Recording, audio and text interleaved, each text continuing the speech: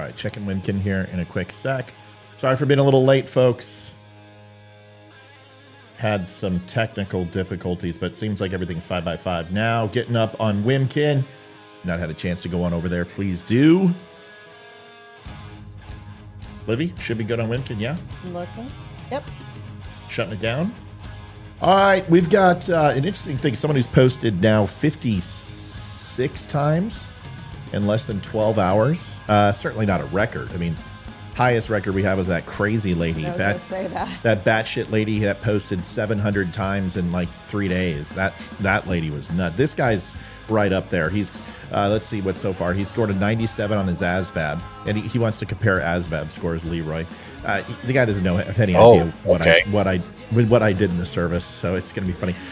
He made E5 in 3 years. Okay, well, that's a gimme, so.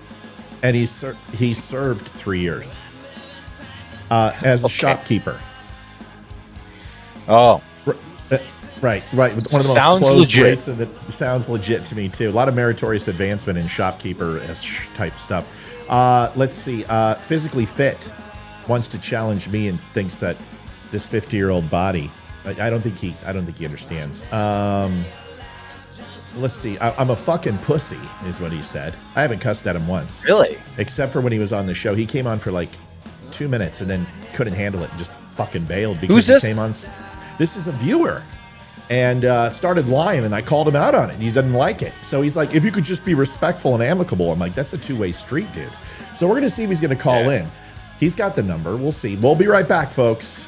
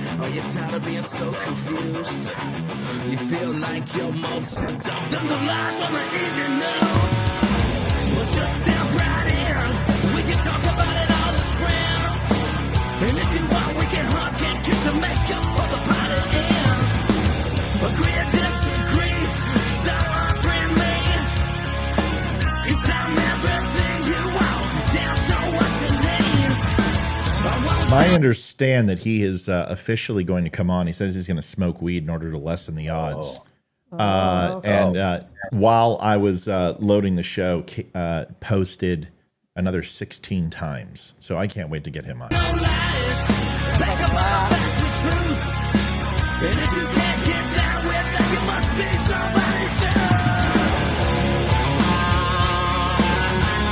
Folks, if you haven't had a chance to donate to the show this month, we are hurting. We need your help.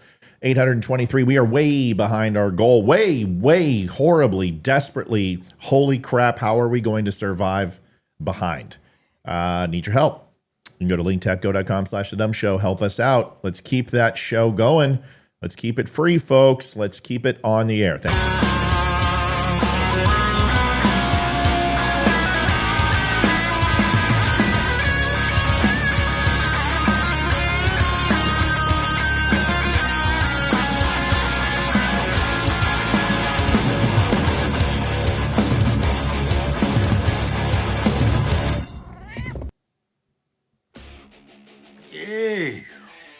Twins here. Check out our friend Matthew Spirit at his podcast at The Dumb Show and his website. Yeah, don'tunfriendme.com. Yeah.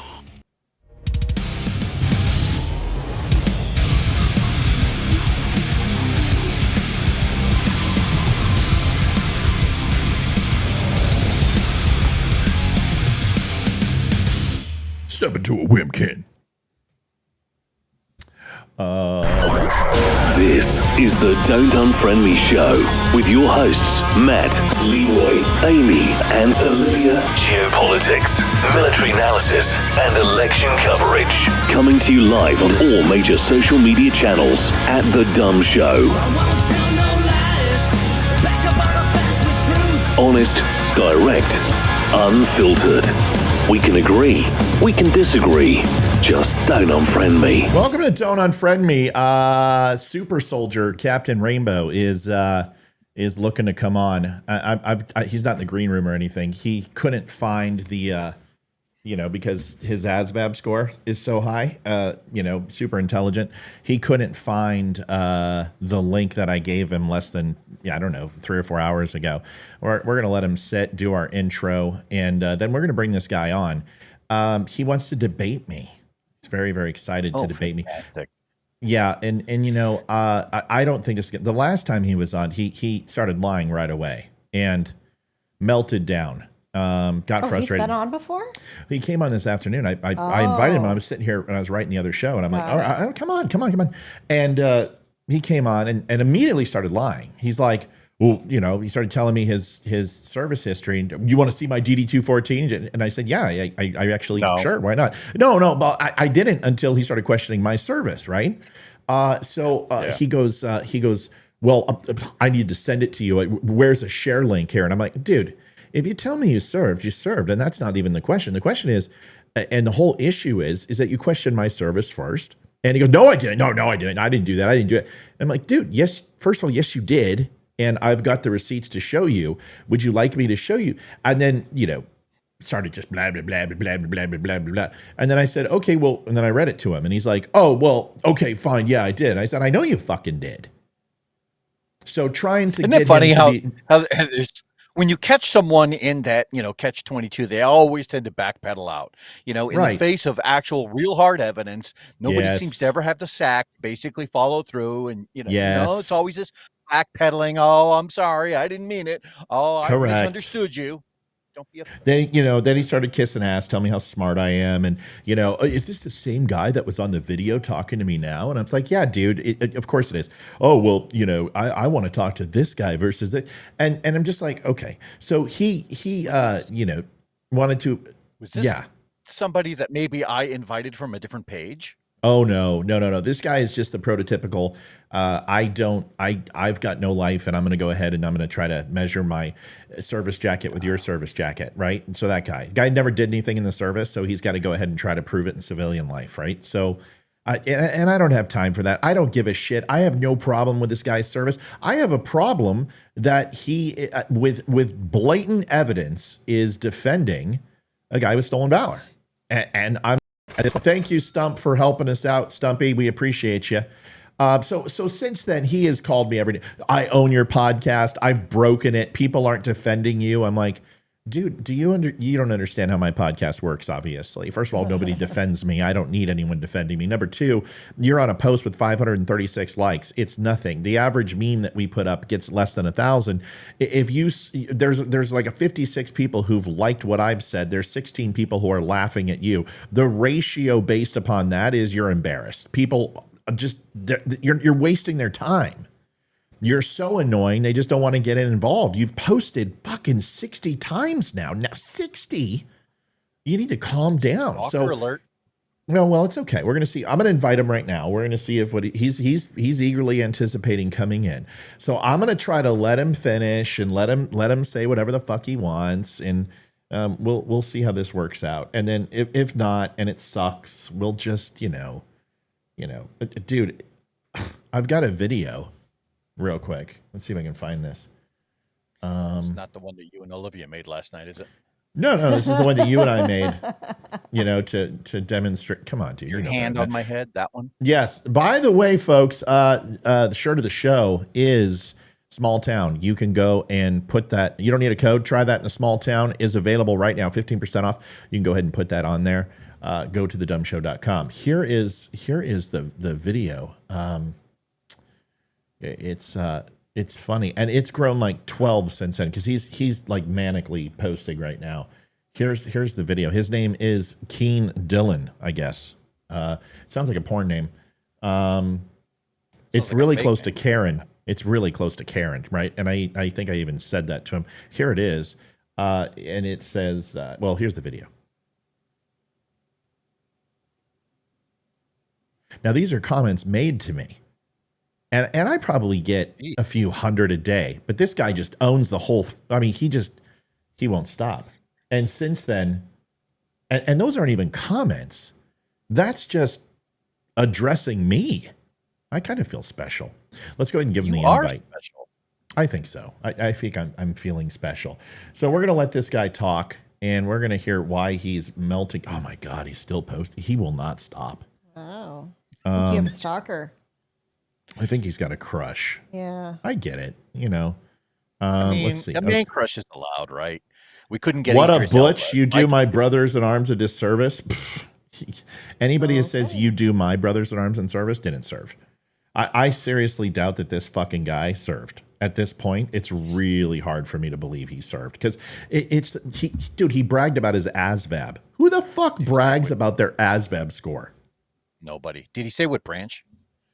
It sounds like Army because I think he said he was 71 Indigo or some shit. He's a supply clerk. And then, and then so he's had two MOS transfers. So he started off with his main MOS, and then I guess he transferred into supply. Who transfers into supply willingly? Come over from supply. Where if I got Bunny Highway in my brain. I swear to God, I hope that he was in. Well, he's not Navy, so he's either Marine or Army. He very well could be Air Force. But I just sent it to him. We'll see if he. Nobody in the world has ever mentioned their ASVAB score unless they're talking about their entry into the military through MEPS or at high school and be like, listen, I was going to go infantry, but I wound up getting a nuke tech score, so I scored a 97 and I went in and went nuke. Okay, that's different than you want to compare ASVAB scores? Yes, yeah, dude, my rate alone. Shopkeepers like bare minimum. Isn't that like a 51? I think so, yeah. Yeah, so it's a 51. I know they don't take minimum anybody below a 50, so it would at least have to be, 50 to 55, right? Yeah, but when we were in, this guy was in when God was a corporal, so he went in when you and I went in. So ASVAB score was like base low was 32. You got a 32 on the ASVAB, and you could go be a ground pounder in the Army, Marine Corps, and Navy. You could be a boatswain's mate. 32. I'm not sure. Yeah. I thought they didn't take anybody under 50. 32. Yeah, I did recruiting. I did TDY recruiting for 90 days. That's how I got my meritorious advancement. Straight out of A school and C school, I went back to Littleton, Colorado, and did 90 days TDY. I didn't even report to my duty station first. I've told you this story. It's ridiculous. My master chief wanted to kick my ass when I got to my boat. But anyway, I'm waiting for him to call in. He's not calling in. Nino America. Holy shit. Welcome, buddy. You got a big name watching us tonight. So, who? Nino, you can't do, hey, Liv. No, I didn't hear what you said. You don't do who. You do like, it's Nino America. No, I didn't hear what you said. So it's Nino America. Now you'd be like, oh my God, Nino America. Go ahead and do that. Got it. You're not doing that. Oh my God, it's Nino American. It's so cool having him on the show. I know. It's awesome. Salute. Right back at you, buddy. So a proper salute, not that Air Force salute. Yeah. So do I. So I'm waiting for Homeboy to get in here. He had a hard on to be here, but see, the thing is I think he thinks this podcast is fairly small time. And listen, it's not huge. But it's big enough to please and satisfy. For showers, not growers. Come on. I don't think he wants to come in. I listen. This is so fucking stupid. And I'll tell you why this is. Pardon my French, folks. I'm in a mood. I'll tell you why this is stupid. Here it is. This right here, Leroy will tell you. Leroy, tell him. Command Master Sergeant for the Army. And what's underneath it, E? Leroy, what's underneath it? Can you see it? I can't see that. I've House seen this of Representatives. Oh. So what does that mean, dude?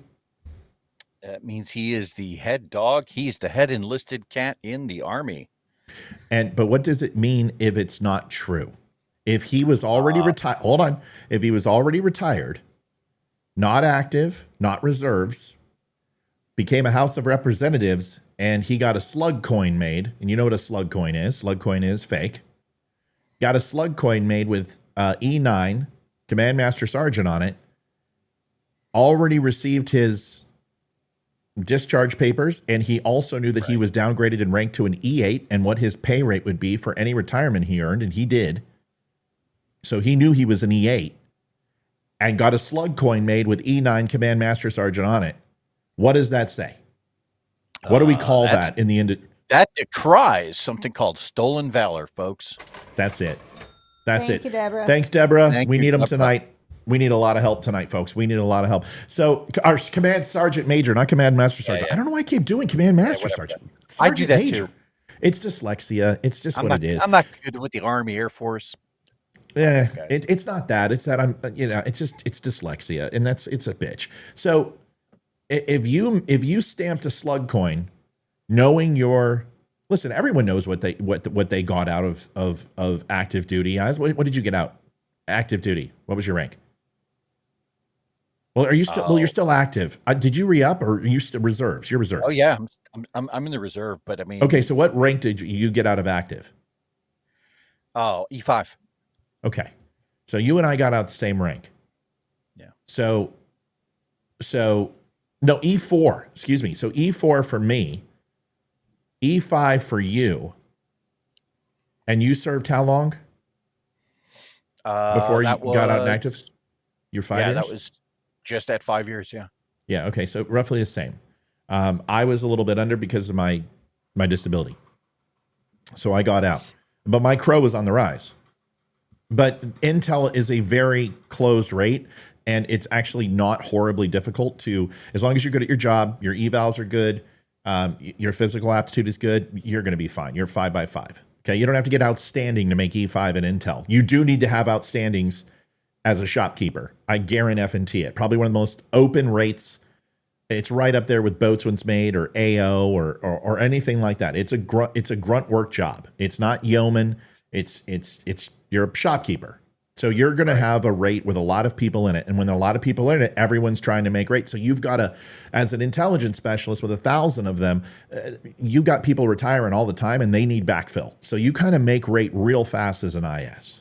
And I was going to say that it needs to be prefaced that way too, because not all the rates are the same. And when I first came in, I was not an IS. I was an EW, which can have different rates at which they, I mean, and when I say rate, I mean speed. They can pick up rank faster than, some of the other ones. So it just depends too, because if somebody is undermanned or overmanned, that's going to lock up one rate and have another one that's completely opened up. I'm fixing Rumble. Hold on. Welcome to Rumble. Someone says it's, I don't know. You tell me. Is it down? Well, let me look. Let me see. I got 10. Oh, it's on. Are you sure? Okay. Yeah, we're up. Nothing's wrong with Rumble. Rumble's up. All right. So this good. guy's supposed to call in. I'm going to have to embarrass him. Thanks, Roger. I'm going to have to embarrass him without him here. I was really hoping you would come on because it really pissed me off when he lied. Thank you for the super chat, Nino. We love you and appreciate you, buddy. You're the man. That's going to pop up here any second. We appreciate it. So and Nino, I know you want to do a collab. We got to get together. It's real simple, dude. Anytime, pick a time, 7:00 Monday through Friday, and say I'm coming on, and you're on. That's how easy it is. We're low key here. This small time podcast, by the way, has got 165 on right now. We're 20 minutes in, and we haven't even started the show. We got to get this guy on here. I really want to because I don't want to embarrass him. Maybe if I ask him nice, he'll come on. Can you go find him? What's his name? Bitch tits. Do I just need to go to that? Karen, is he still on posting on Kean, that? Kean Dylan. And he's still posting on that one thing, correct? Carol says, Matt sent you the link several times because you asked for it. What planet did you just arrive from? Now people are going to light him up. See, because you're a coward. See, here's the thing, Dean. You were like, nobody's talking shit to me. None of your people back you up. they won't until you do something like that. When you won't show and you pretend like you don't know what the link is, it takes 2 seconds for you to look at that feed and I'm all over it. I've invited you like 7 times. You don't want to come on. So thank you, Nino. We appreciate you. So dude, let it go. You're wrong. You're wrong. This guy stamped a slug coin with a command sergeant major rank. E9, which, dude, that's the diamond and two leaves, bro. That is a command rank.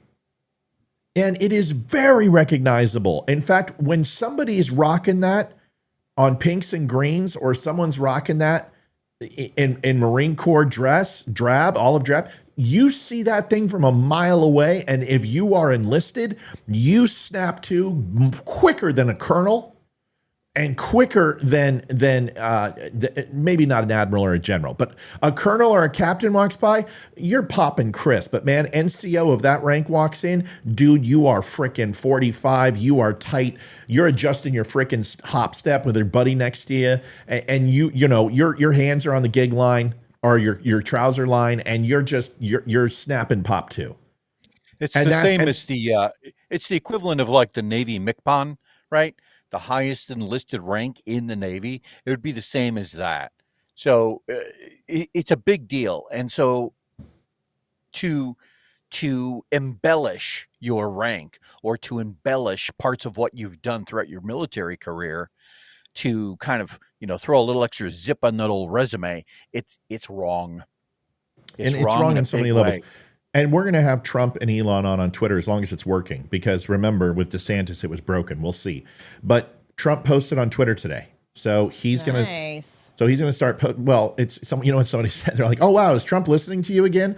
I don't know. But Sean Hannity's show on Friday, folks, he copied my show word for word. Are you serious? Word for fucking. This is getting really freaking old. They seriously word need for to start word freaking paying you. The entire 16 minutes that I did on Tim Walz, the videos, and Mike called and Mike goes, dude, I just got done listening to Hannity and he freaking copied your show word for word, verbatim.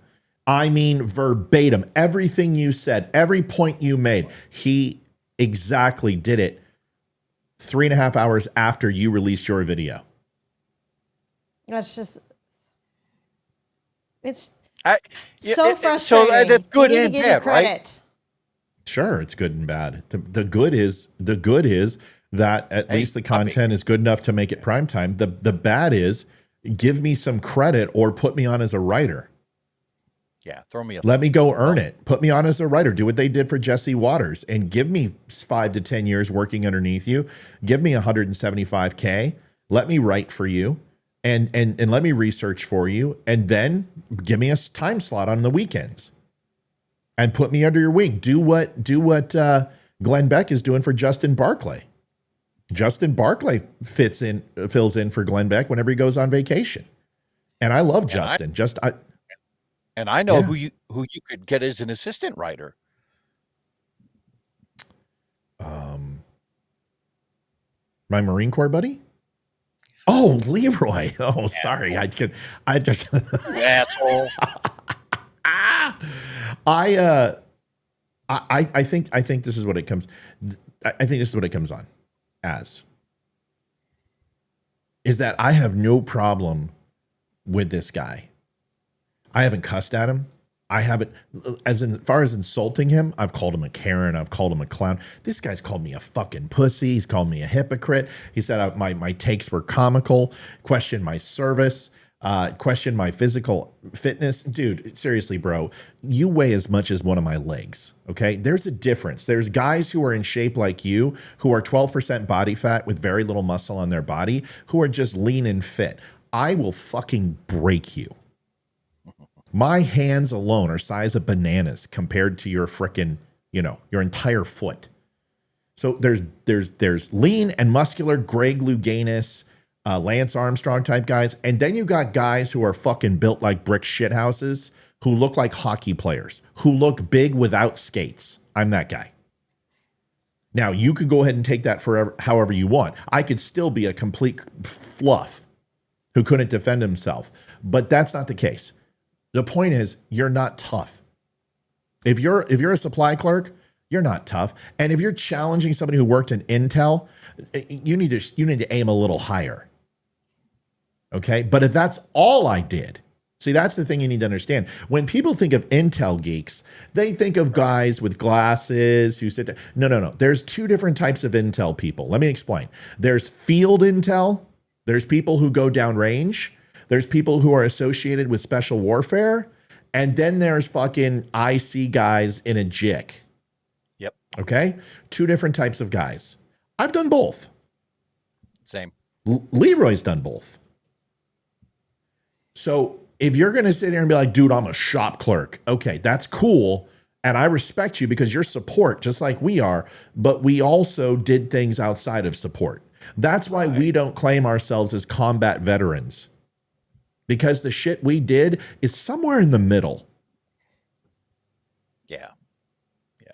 So we're deployed. Go ahead, Leroy. Go ahead. Sorry. If I put together a PowerPoint or if I, do a presentation, this kind of thing, it's cool and everything. And it is my job. It is exactly what you would expect an IC person to do. But that's not the same as, somebody who's a door kicker downrange. Right. With a massive trident on their chest. So you have to understand that there's a big difference. And if you're the guy, no offense, dude, if you're the shopkeeper who is ordering the Fruit Loops for the guys who are doing the door kicking, not the same. And the biggest decision you have to make is, do you have enough time to ensure that the milk and the eggs don't go bad under your first 60 days of employment where we have to go to powdered shit? If that's the toughest decision you have to make, brother, okay? I've had Navy SEALs on this show. I've had congressmen on this show. I've had country music stars on this show. I've had authors on this show. If you want to come on, great. Nino America, he's actually pretty big. He's well-known in the industry. He's a good dude. His page is growing. He's going to come on my show tonight. I hope. I just invited him. We'll see if he comes on. But for this guy, Deanne or Karen or Kian or whatever the fuck your name is, dude, I don't know. You're low hanging fruit, bro. I stopped talking to guys like you in my first year. You're as interesting to me as a blocked toilet is to a plumber. I've seen it. I've done it. I'll take the money for it. But dude, you had your chance. I gave you 34 minutes to call in, and this is so Captain Rainbow. Your slot has been filled. Nino, call in, buddy. Can I say something? Yeah, sweet pea. Go ahead. First off, I would like to thank Debbie Hensley. She sent us these awesome mugs. You got to turn it around so you can see the flag. So look awesome. at that battle flag. Really appreciate it. That was very sweet, very kind. And I don't know how you knew I love my coffee and metal mugs because it keeps them warm all day long. So thank you. And also, Carrie just told me, I guess, on Twitter, Elon Musk has invited viewers to ask questions live during the interview with Trump. Okay. So just thought I'd pass Nino, why don't you come on with us and we can watch the Trump and Elon interview just come on, dude. Just get your setup. I know your rig. Even if you only got your phone, dude, we don't care. We'll set up a night where you can come on here and look all beautiful. Dude, you're a Latino, dude. You look fucking good every day. Doesn't matter. You're from where? Cuba? Come on. You'll be fine. Nino, you don't know my sense of humor, dude. I'm part of the Cuban mafia. You got to respect me. Basically, all Latinos are from Cuba or Honduras or El Salvador or Mexico or Spain. I don't know. I can't figure it out. So I just pretty much, like I do with Asians, hey, you're from the South Pacific. Matt is like the don't unfriend me equivalent to John Leguizamo. So yeah. That's actually it. We're from Texas. Everybody's Mexican who's not white. Hey, are you Mexican? No, motherfucker, I'm black. Oh. Sorry. He just did the hey. Hi. I was wondering why the moon was made of cheese. Would you hear? And how high is that? How high is that fence? That's racist, dude. You can't say that. So you need to stop. I'm going to put you in time. Do we have some Jeopardy music? Oh, nothing's working. You didn't unplug the damn thing, did you? No, I think we got it working at one point. Let me see. Have some Jeopardy music. We can put them in timeout. Let's get them a little bit of timeout while we're killing time waiting. Just play it. I'm just filling space. Hey, shut up, Leroy. You're in timeout. I'm gonna mute you. Don't make me do it. Don't make me do it. It's for being racist. Not all Mexicans jump fences, dude. Some of them crawl under them. Okay. Okay. So what are we gonna? Coming. I know he is. He's working on it. The link is in the thing. Just click it, select your mic, select your camera. Real simple, Nino. You got this down. You should show your set because your set looks really cool. He's got a really high-end SLR and it's zoomed in like kind of underneath him a little bit, and his backdrop is blue and red. It's cool. It's a good-looking set. When I watch it, I'm like, that's well done. It's not like Benny Johnson stole my set good, but it's still pretty good. What are we talking about tonight? I've got a bunch of stuff. We're obviously going to listen to Trump. We're going to listen to Elon. I've got some filler for you, some things that we want to watch in regards to the new vice president pick and all that. But have you been following this stolen valor thing, Leroy, at all? And do you care? Did. I caught a video of it, and I've seen a lot of the comments, both defending the guy and prosecuting the guy. And, you know, I've tried to kind of steer clear of some of it, but I'm pretty well caught up on it. Well, here's something. Instead of focusing on the stolen valor, because here's the thing. The guy served for 24 years. He said 25. Yeah. He didn't go to a war zone. He wasn't in Afghanistan. He did support OEF, but from Italy. I mean, this guy's like Majewski from Ohio. Listen, guys, once again, I mean, Leroy and I, we would be considered Persian Gulf. We would be considered writing strike packages for Tomahawks or something. That doesn't mean we were fucking in downrange, okay? You guys got to, I mean, you got to understand, we were hitting targets from 300 miles away. But we all, okay, I can't go into, I'm just saying, they're sitting back in the CIC, they're sitting back on a vessel protected by, you know, every possible way, any type of armament's not getting hit you, and literally being downrange and having live firefights and waiting for something like air support to come in. Very, very different. All right, we got Nino. Let's make sure we can get him on here. Let me find a camera that's good. That ain't it. So when you click the link, apparently you get on the show. See, it's not that hard. Yeah, how can he? Well, it is hard, but that's because you're here. Amy, easy, dude. Okay, let's see. I got Nino. He's right. Look at that, dude. That looks good. Oops, shit. I got rid of my wife. Hold on, dude. I can't do that. Let's see. Right there. There he is. He's in the back. We need to get you over the fence. Hold on. Oh my God. What? That's not racist at all. Back of the bus. That's not right. Oh my God, that's horrible. Over the fence. Oh, that's horrible. Nino, I've been a fan of Michael Pena. It's a younger Michael. Dude, I have been a fan of yours for quite a long time. I've watched your shit for a while, and I've watched you from afar on Facebook. So first of all, dude, it's been a long time. Tell me where are you at? What do you do? How did you get into this game? Tell everyone about yourself so we can kind of like break the ice, and we'll go from there. All right. Do I say everything sounds good? Everything looks good? Yeah, you look great, dude. You look good. Okay. Hey, I got my. I'm watching y'all Facebook and YouTube. I know how it is, man. You got to be on every platform the way they are. But anyways, I digress. Thank you, the DUM Show, for having me on here. God bless everybody watching now and on the repeat. Christ is Lord. I didn't jump the fence, everybody. No, regardless of what the man said. I was born of it though. I told my wife, she brought my little drink to the studio, and I told her, man, he said that I'm a Mexican from Cuba or something, and she started laughing. Yeah. I mean, guys, let's make jokes funny again, even the R word ones. But anyways, I digress. Yeah. I'm from America. I'm from Southside Midland, Texas. I was a day one Trumper since I saw Trump come down the Escalade, and from that point on, I got involved with politics. I'm a Christian, I'm conservative, I'm a business owner, I'm an oil man, I have a family. And basically, I jumped in the game making content when Trump first started running. And then after a while, I got good at it, went viral many times, stood against BLM in my city multiple times. I got illegally detained at the Beto O'Rourke rally when he came to Midland, me against a whole pack of hyenas.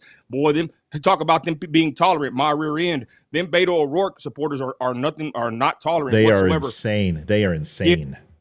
I lived a piece of the Bible. When the Bible says that you get gnashed, when they gnash you with their teeth, I experienced that once or twice in my life. And the Beto crowd was a legion of demons. When I walked in there with the MAGA hat, the whole crowd erupted, and I went viral. I've gone viral many times, But the point is, I've gotten so good at it now where I am making money. I'm not gonna lie, I'm making money off certain platforms, but you know how it is, bro. They ban you here, they ban you there, then you're like in a circle with 2-3 IG accounts, different Facebooks and YouTubes, and you know that's just how you got to operate whenever you're a MAGA hatter, yeah, should I say? So, anyways, I'm Nino America.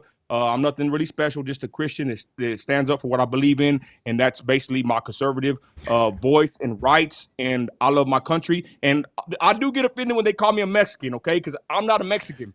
Yeah, I was born. I was born in the United States of America. So when they tell me all this crap about being Mexican, now I'm an American. And to be honest, my birth certificate says I'm white. So actually, I'm white as well. So anyways, well, that's the truth. Well, according to the U.S. Census, you're white Latino. So Latinos and white people are actually put together on the U.S. Census, and it's interesting because that's actually was introduced by Democrats when they didn't have the Latino vote in order from a counting standpoint to bring them together. Then they went ahead, and now that they have them, they went ahead and said, well, you can't count them in the census because it's unconstitutional, so they could keep their representative count. It's not like it's racist or anything. These are just Democrats. This is what they do. Come on.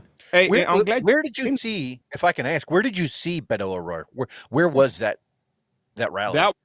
That was in my city of Midland, Texas. Somebody had some patriots, and that's what I learned about being somewhat of a community organizer. No Obama is whenever things happen, they want you to go do it, right? So somebody messaged me that he was coming to Midland, Texas. I live in a Bible Belt area, so it's a conservative, Trump town, but it's the liberalism is creeping in like every other city, right? Unaware. So someone told me he was coming to the Martin Luther King Center, and you know how that is, right? It's in the hood, and of all places, always. It's hey, I don't want to go there at night. Let's go. So, anyways, right. I go. They tell me that he's showing up, and I call him Beto O'Rourke. I know his name's Robert Francis, whatever. That's just what I call him. I call him Robert Francis. Fuck that. Yeah. He ain't no Beto. Yeah, but I guess they got me right. But anyway, so I show up to the event, and my wife, she don't want no part of this. She don't want to be in social media. Like she's the opposite of what I am. But I had nobody else to go with me to hold the camera or whatever, right? I went and live streamed it. So I went to the Martin Luther King Center in the east side of Midland. He was here, and he had a bunch of supporters, man, like for real. And the minute I walked in, all eyes on me, and it was a whole auditorium full of just, I'm going to say the R word, minorities. People think that white people are the most R word of them all, the racist, I'm going to say one time, but that's what people think, right? Or that's the agenda they push. But I'm going to tell you something, as a brown man, right, in America, the most R word people are the minorities to each other, right? When I was in the street as a street dude, I didn't think the white man would unalive me or the black man, to be honest, right? I always looked out for someone that looked like me, my own people. So anyways, I go into the Beto O'Rourke event, and that's who it was, my own people in there trying to, they were all up on me, really aggressive. Like I said, it went viral, and then they ended up calling the police, and Beto said that I could speak because I shut my mouth finally. My wife got kicked out. She ain't as good as patient as I am, and he let me speak. But by the time that happened, they falsely claimed that I put my hands on a woman, which I would never do so. They were putting their hands on me. The police came in my city, handcuffed me, put me in the paddy wagon for about 30 minutes, and they finally let me go, and they trespassed me after it's a public event in a public space, and Beto or Robert Francis was going to let me talk. But, of course, the Democrats, they're not tolerant whatsoever. They were trying to take me out, and they lied on me and got me illegally detained. So that's what happened. The video is in my YouTube channel right here. And it was a crazy situation. And I also stood against BLM when they came to my city, and it was like 3 versus 300, back in the day. So yeah, these Democrats are not tolerant. So here's the thing. Keen Dillon finally decided to show up, dude. Are you serious? Yeah, 48 minutes late, dude. Well, the good news is it wasn't as long as your service. That's the thing. Bro, I'm talking to somebody 10 times more important than you, so you're done. You can come on later maybe if I've got some time. But we got Trump and we got Elon. Bro, you're saying I told you never served. You question my service. And anything after that, it's fair game, man. Sorry. You don't come into my house and you don't piss on me and tell me it's raining and expect me not to slap you upside the fucking head. You wanted this relationship. You came on and being disrespectful, and you've been nothing but bitch slap since you got here. And if you came on, it wouldn't be any different. You don't have a leg to stand on. Your entire argument is that this guy didn't steal valor. Okay? He popped a slug coin. Let me explain to you the process of making a challenge coin, because I've made a few thousand of them over my career. What you do is you have to pick somebody. So Ranger Coins is a good one in Las Vegas. They're a little bit expensive, but their metal is absolutely the best. And when you hold on to that coin, it literally feels like a pound.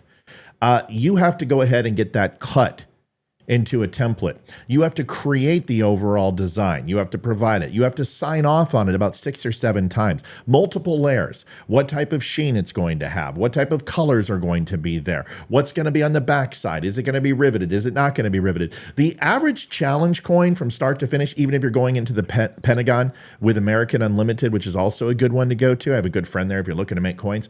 That process takes anywhere from 6 weeks after COVID, anywhere from 3 months to stamp a challenge coin. So they made a coin, stamped it. After he won, they put on that he was E9. They actually even have the insignia. And you're sitting here and saying, as a supposed military person, which you say you are, so I believe you, I guess, that you made E5 in 3 years as a shopkeeper, and went ahead and stamped that coin. That is no different than someone throwing a trident on. That's no different than somebody wearing a Force Recon or rocking CIB or rocking a Purple Heart. This fucking guy stamped a slug coin and had it made and signed off on it with his signature underneath it after he was already out, not in the reserves, not on active duty, and you're defending him. You've already lost the conversation before you even walked in here. Cool? All right. So Nino, let me, why did you get into this? Out of all the gin joints, why this? Why conservatism? I know when you grew up, you probably heard all the same shit about liberals and how you're brown, so therefore you got to vote for Democrats. Walk us through the process. How did you become a conservative? Okay, well, I was one all my life. You know, what they say is true, right? Most Hispanic minorities, whatever you want to call us, right? I'm an American. I don't even, like I said, do not call me Mexican. I'm not with none of that. You know, I just say that in general. But I'm just an American citizen. But I live in West Texas in the oil fields. So back to what I was saying, most Hispanics and Mexican families, for lack of better words, are conservative in nature. We're not with none of this weirdo stuff. That's just not in our blood.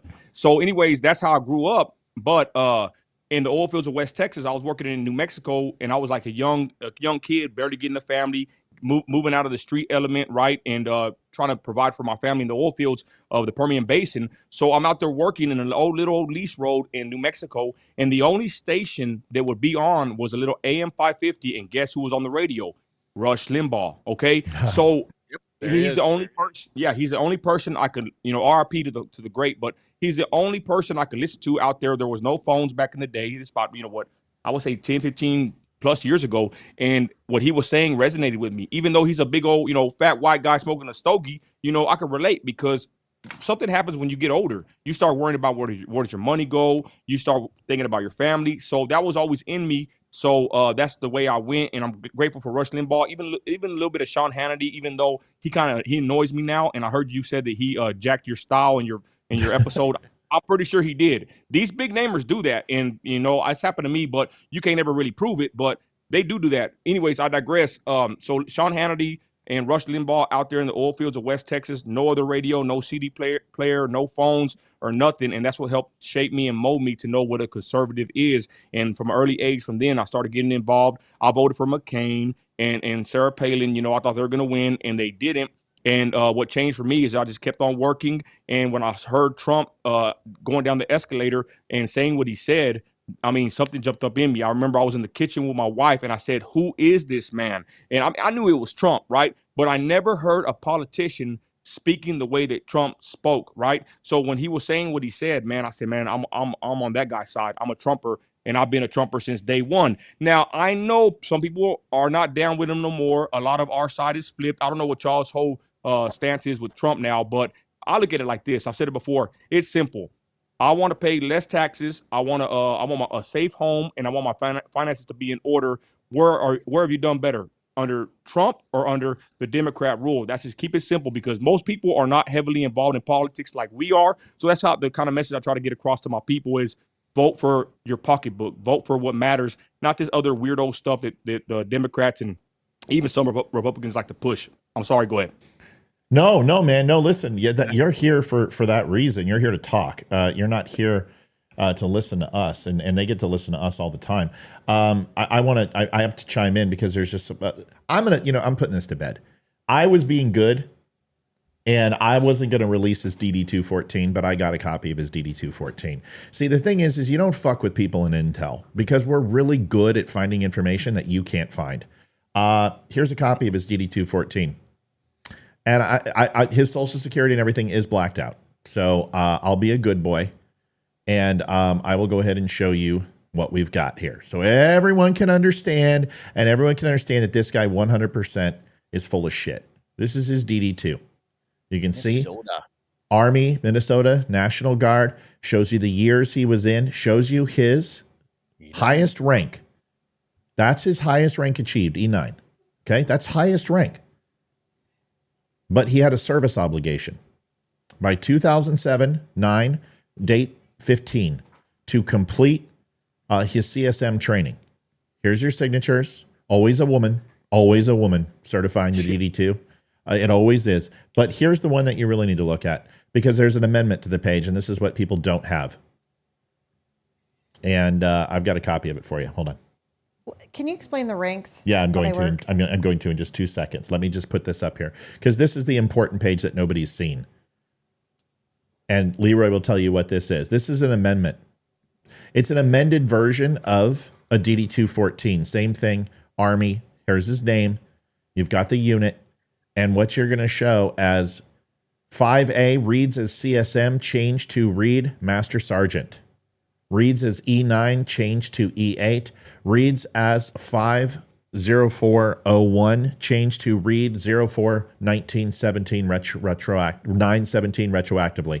What this is essentially is changing his grade of highest rank achieved and what he exited out of for his retirement, and it changes his money status, it changes his benefit status, it changes everything, and it was retrograde back to the date of the 17th before his overall exfil from the military or his discharge. What that shows you is that he knew, he never signed it either. He never went ahead and signed his DD-214. He never collected his discharge papers. He was notified by the VA. He was notified when he got any severance and any retirement he got. He saw it for months and got that check. And there is a difference between CSM and Sergeant Major as far as pay, and it's a considerable amount. So he would know that. So there it is. There's his DD-214. If anybody wants it, I'll post it up on the site, and you can go ahead and wipe your ass with it. Any other questions? Is that illegal what he did? Okay, so according to Uniform Code of Military Justice, Leroy and I are going to go over this. If he claims to be something that he never was, it is absolutely against the Uniform Code of Military Justice, and he can be reprimanded. He can be retrograde, changed from honorable to dishonorable. He can lose his VA benefits, all those things. Yeah. But it is extremely frowned upon, and certain commands will take action punitive against if you serve something but you were broken rank. Let's give you an example. Someone is an E6, they come across the quarterdeck, they pee on the watch duty captain and take a shit on the quarterdeck. That person's broken down to an E3, 90 days restriction, 90 day with no pay. Highest rank achieved if they leave a week later is E3, not E6. If they claim that they were an E6 in the Navy, it is extremely frowned upon. It is considered stealing valor, and they know better, but it depends on the command. Leroy, and that's according to the Uniform Code of Military Justice. Leroy, did you want to add to that?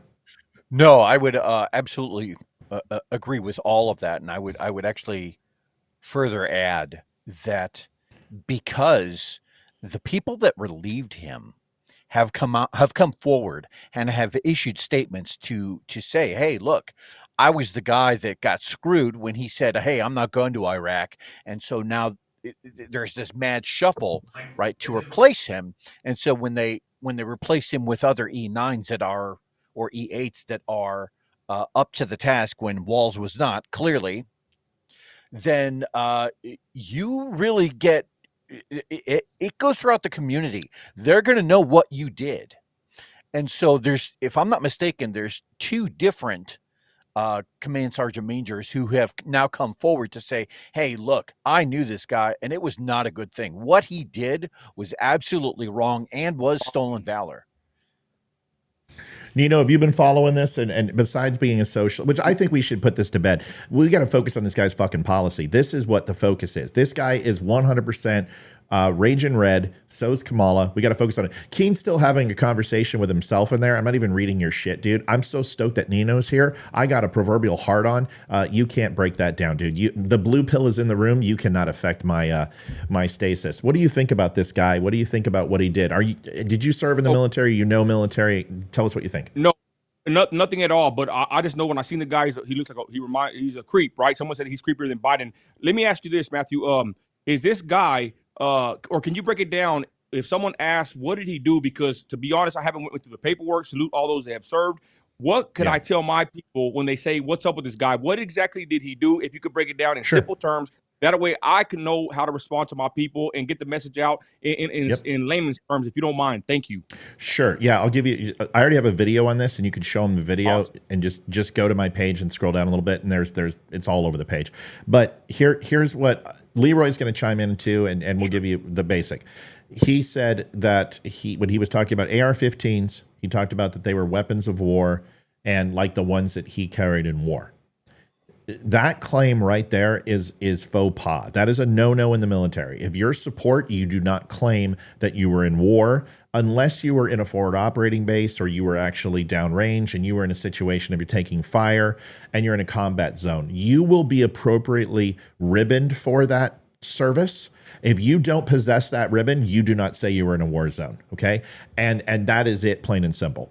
The second thing is that his position, he some form of artillery is what he did. He was in Omaha, Nebraska. He transferred out of Nebraska. He went to the Minnesota 125th Battalion, which was artillery. He was there. He was deployed several times for training overseas, which a lot of us were. And then he was in Italy supporting OEF, which is Operation Enduring Freedom. But the thing is this, is that when you're a veteran, you don't say OEF, you don't say OIF, you don't say Desert Shield, Desert Storm. What you do is you say Mogadishu. You say Afghanistan, you say Iraq, you say Kabul. And the reason why is because it differentiates you between a combat veteran and support. And when someone says OEF, you're a support. When somebody says Afghanistan, Kabul, Mogadishu, Bosnia, Herzegovina, they know you're down in the shit. The next thing he did was you heard the challenge coin. He had a challenge coin stamped and said that he was a command sergeant major, knowing full well that he wasn't. I also have an article that I can show you right here where you can tell people, which will show you that his staff actually released an article that he knew about the deployment of his unit that he was a commander of. This is actually on his was on his election page, March 20th, 2005. It says on Thursday, March 17, National Guard Public Affairs announced a possible partial mobilization of roughly 2,000 troops from Minnesota National Guard. It was on his site, and he even addressed questions. Well, he said that he didn't have the standing order or the notify order that they were going to deploy. Then he retired because he was going to run for Congress. However, you can run for Congress while you serve. Sure. He was notified. He did know. Command Sergeant Major is going no matter what. There's no way he wasn't going to ship. If he was CSM, he's going. And he decided not to. And a lot of people say that he was a coward. Wow. The way those notifications work, I don't know if everyone is aware of how this actually rolls out. We get a notification. You'll get either an email that says, hey, you need to check this message traffic because you've been selected and you are now going forward into a theater. So thank you, Thomas. So that when you get that, thank you, Thomas. That essentially is the notification, and some of the other details will be posted in that message traffic. Oh, you're going to leave from this place at such and such a time. You're going to be mobilizing with these people. Those are the details that happen later. But the actual notification is nothing more than an email that says, hey, go to this secure logon right? And you will get a copy of your orders that pushes you forward into theater. So for him to say, "Oh, I didn't know, I didn't get it," or any one of the number of excuses that goes along with that is very suspect, because it doesn't work that way, and if you didn't know, then you have got to be the worst E9 in the history of the military. Oh, I was being mobilized and didn't know. It doesn't work that way. And you are, I mean, from supply to acquisitions to armaments to logistics to transportation, all of that runs through your desk. So as in command, that's the way this works. And whether you're a chief, whether you're a first sergeant, whatever it is in the military, the command structure is going to know. So it's not like there's Bill Gates and then the rest of the VPs who are ignorant. That's not the way that works. When the call goes down from the Joint Chiefs that there's going to be a deployment, which really the Joint Chiefs don't even make that. These are overall theaters and commands, Com 7's fleet, whatever. They'll have a mission, and then they'll go ahead and decide who deploys in order to complete that mission. You tell the admiral, you tell the colonels, you tell the captains, and then you have overall staff briefings, and they bring in the NCOs to notify the troops. But the colonels and the captains and everything else, the captains will get the first lieutenants and the lieutenant JGs and bring them in. And then the NCOs, you'll have your top will come in and then bring in the first sergeants. Then they'll go to the lance corporals and the sergeants. And then they go to the private. That's the way it works, is everything is just stepped down. So for this guy to assume that he wouldn't know that he's deploying, then the whole unit, the whole battalion, the whole fucking division wouldn't know, because he's the one they're going to talk to first. Does that make sense? Yeah. Yes. So he's full of shit as a Christmas goose is basically what we're trying to say. Yeah. Man, I love the breakdown. Awesome breakdown. I got two questions to interject. I know you're waiting for the Trump feed, but so our side saying that he has stolen valor, right? Can you touch on that real quick? And then also, what are the Democrats doing? Because you break it down in an awesome way, but most people aren't gonna break it down there or even research that. What are the Democrats doing? Are they running cover for the guy? Are they lying for him like they usually do? The stolen valor and how the Democrats reacting to these accusations. Liv or Leroy, anyone, you guys can take it. I've said enough. You guys have anything as far as what we've heard from the Democrats? Well, I haven't really been tracking what the Democrats have been saying, because thank Ghostly. I'm just not in those news feeds. But basically, the fact that he lied about that coin, what he put on that coin, to basically pass it off as if he was the top E9 in the Army when he was not, and actually took steps to get out of a certain mobilization and certain points of responsibility, is a slimy as fuck move. So that's the gist of it. Long story short is that because he lied about that, the people that are the conservatives, because we care about records, we're pointing this out as if to say, hey, look, dude lied. And everyone on the left does what the left does, which is to put on blinders when it doesn't contribute to their narrative. Yeah, that's the gist of it. X is going to crash, guys. If it crashed for DeSantis, it's not going to stay up for Trump. Trust me. And they haven't fixed the infrastructure. So I would be very doubtful that we're going to be able to watch it. I'm watching several different channels who have it. I've got a buddy who's also going to notify me too. I also know it's under DDoS attack too. So Rumble's getting hacked right now. Everybody's going to get hacked. So they're going to try to overload the servers. There's a national blackout from the liberals, which also means that they're attacking it. So this is freedom in America, folks, is you don't get to listen. What the Democrats are doing is fairly simple. They started off with just plain old denying it and flipping and attacking JD Vance, and went ahead and attacked JD Vance because he's a Marine, and they said that he was an overall like political or a representative for like a PR person.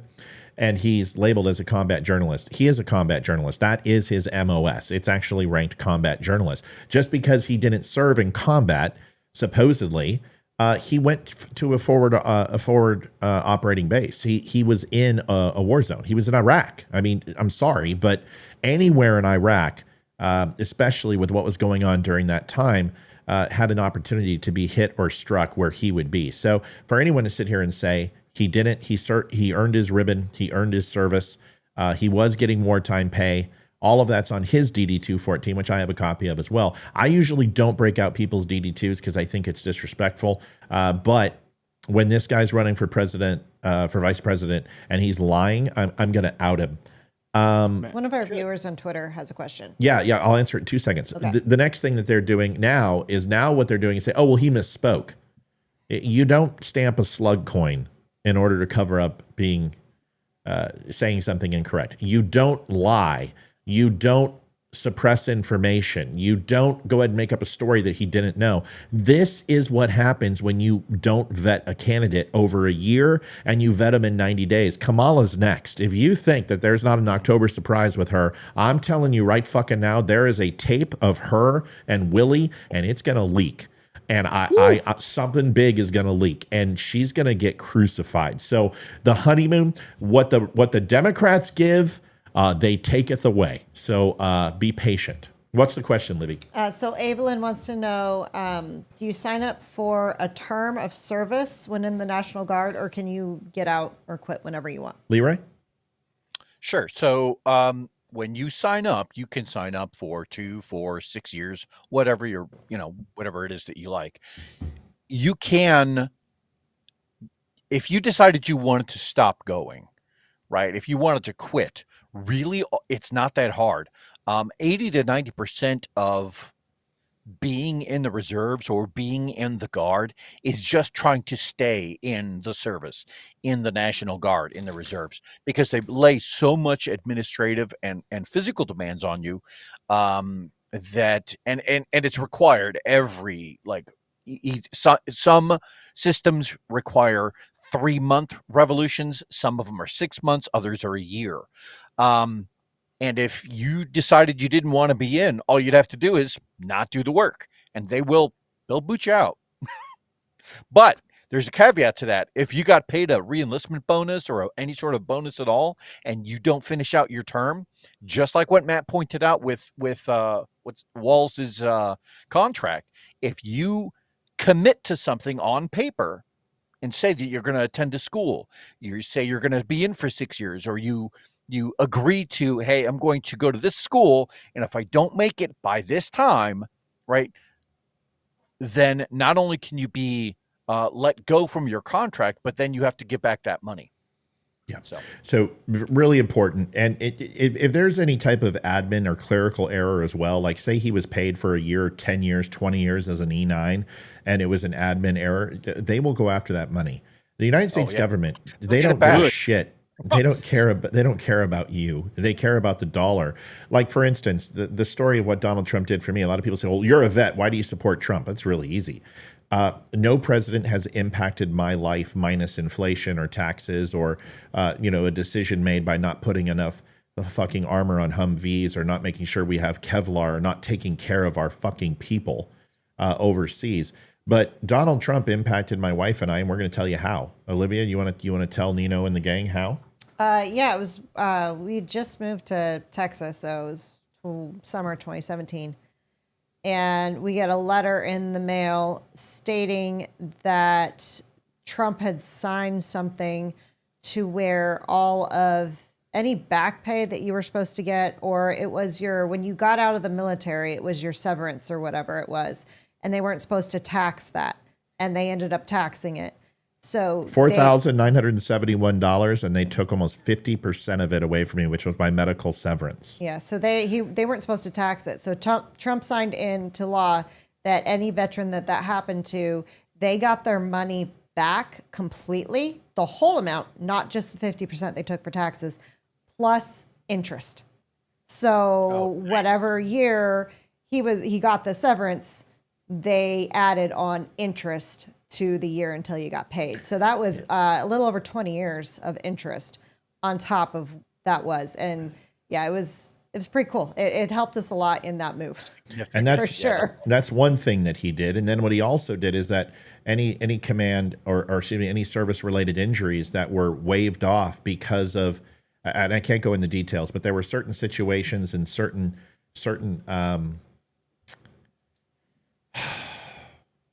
certain things that were done in the military that weren't necessarily for public consumption.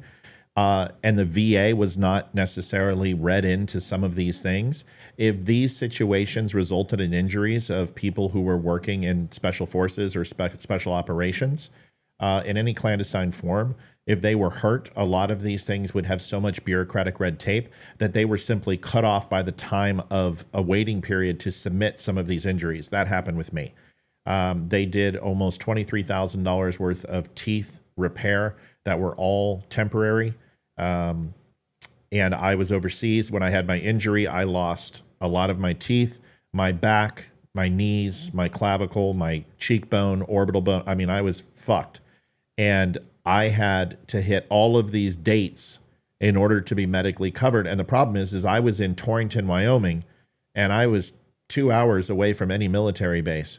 And it was very difficult to get away and go into all these appointments and literally wait for 13 hours.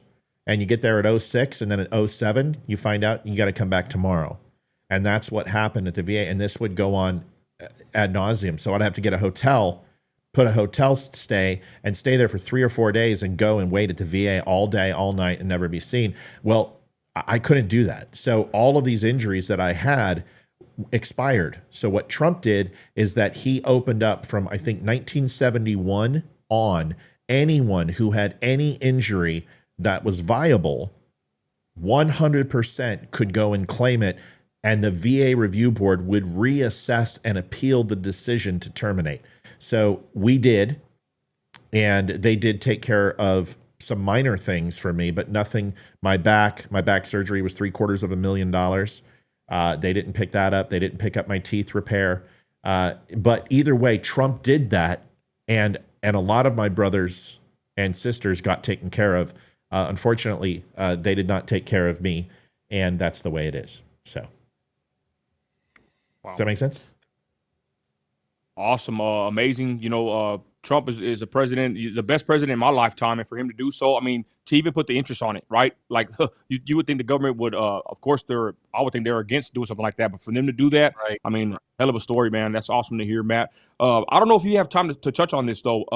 Sure, he's not on, dude. Twitter's gonna have to basically figure out what they're doing. They're probably gonna do a recorded show. So, dude, go. You're here. Okay. All right, so I got some questions, but real quick, yeah, I'm looking at the Twitter space. I guess people are in the space, right? I guess anybody just can't get in there. I guess, is that what's happening on Twitter, or do you know? That's correct. I'm watching Rumble right now. Benny can't get on. If Benny can't get on, nobody's getting on. And what about Truth? I could look at Truth, but Truth is going to get Truth's infrastructure isn't even a tit on Twitter. But I can look. Okay. What I wanted to ask about was JD Vance, because I posted on my Facebook page. It actually went viral on Instagram and Facebook. And I don't have no dog in the fight, to be honest. I'm going to support who Trump picks. But the pictures of JD Vance, I don't know if y'all spoke about this, but I posted on my plats. It's pretty crazy. Of course, they're using it against him, saying he's weird. But, I mean, I think this is the Democrats' MO. They like men with beards and dresses. But I digress. There's a picture of JD Vance, dressed, I would say, in a Halloween costume, and most of the conservatives are saying, hey, it was back then when it was it wasn't like it was now, Halloween party. I don't know if y'all could touch on that real quick. I don't know if y'all have touched on that, but that was kind of a hot button issue. JD Vance. It was actually, you set it up great, because it was topic tonight. We try to come prepared. So here's the photo. And I apologize for putting it over you guys. We're out of retail space. I didn't expect 4 on tonight. Well, I did expect Doucheplow to come on, but he was 45 minutes late. Liv, JD Vance, you have a picture of me in a swimsuit with 2 socks in my bra at the age of, what was I, 7? Yeah, I don't know. My sister dressed me up like a girl, put me in a swimsuit, and put makeup on me. I did that to my brother, too. Fucking hate my sister. There's many reasons why, but that's one of them. And that picture, if it came back and haunted me, I would probably be a little bit embarrassed. I also went as Lando Calrissian for Halloween one time, blackface and all. Wow. And the fun. Dude, Nino looks more like Lando than Lando looks like Lando. I mean, he does. He's got that Lando look. Yeah. Colt 45, bitches. Let's go. But let's go. But there's photographs of things that I did when we dressed up as a condom one time, and we got We got a latex tubing slip that would go over rolls of bubble wrap. And my brother stood on my shoulder, or I stood on my brother's shoulders, and I would hold the condom up like this, and we were a condom. Oh my gosh. So How old were you? I don't fucking remember. I was too young but we did stupid stuff. But I don't care that JD Vance dressed like this. This guy's a Marine, okay? So any type of emasculation that took place from this picture, I'll show you his boot camp picture. I'll show you serving in BDUs. And I promise you this. Marines, from a hand-to-hand combat standpoint, pound for pound, will fuck you up beyond belief. I will take the entire Marine Corps against the entire Army, Navy, Air Force, Coast Guard, Space Force in fisticuffs, and I'll take the Marine Corps. They are trained at a level that you don't understand. And I've worked with Marines my whole career. I've worked with Force Recon and MARSOC. I respect Marines like no other, even though we make fun of them constantly.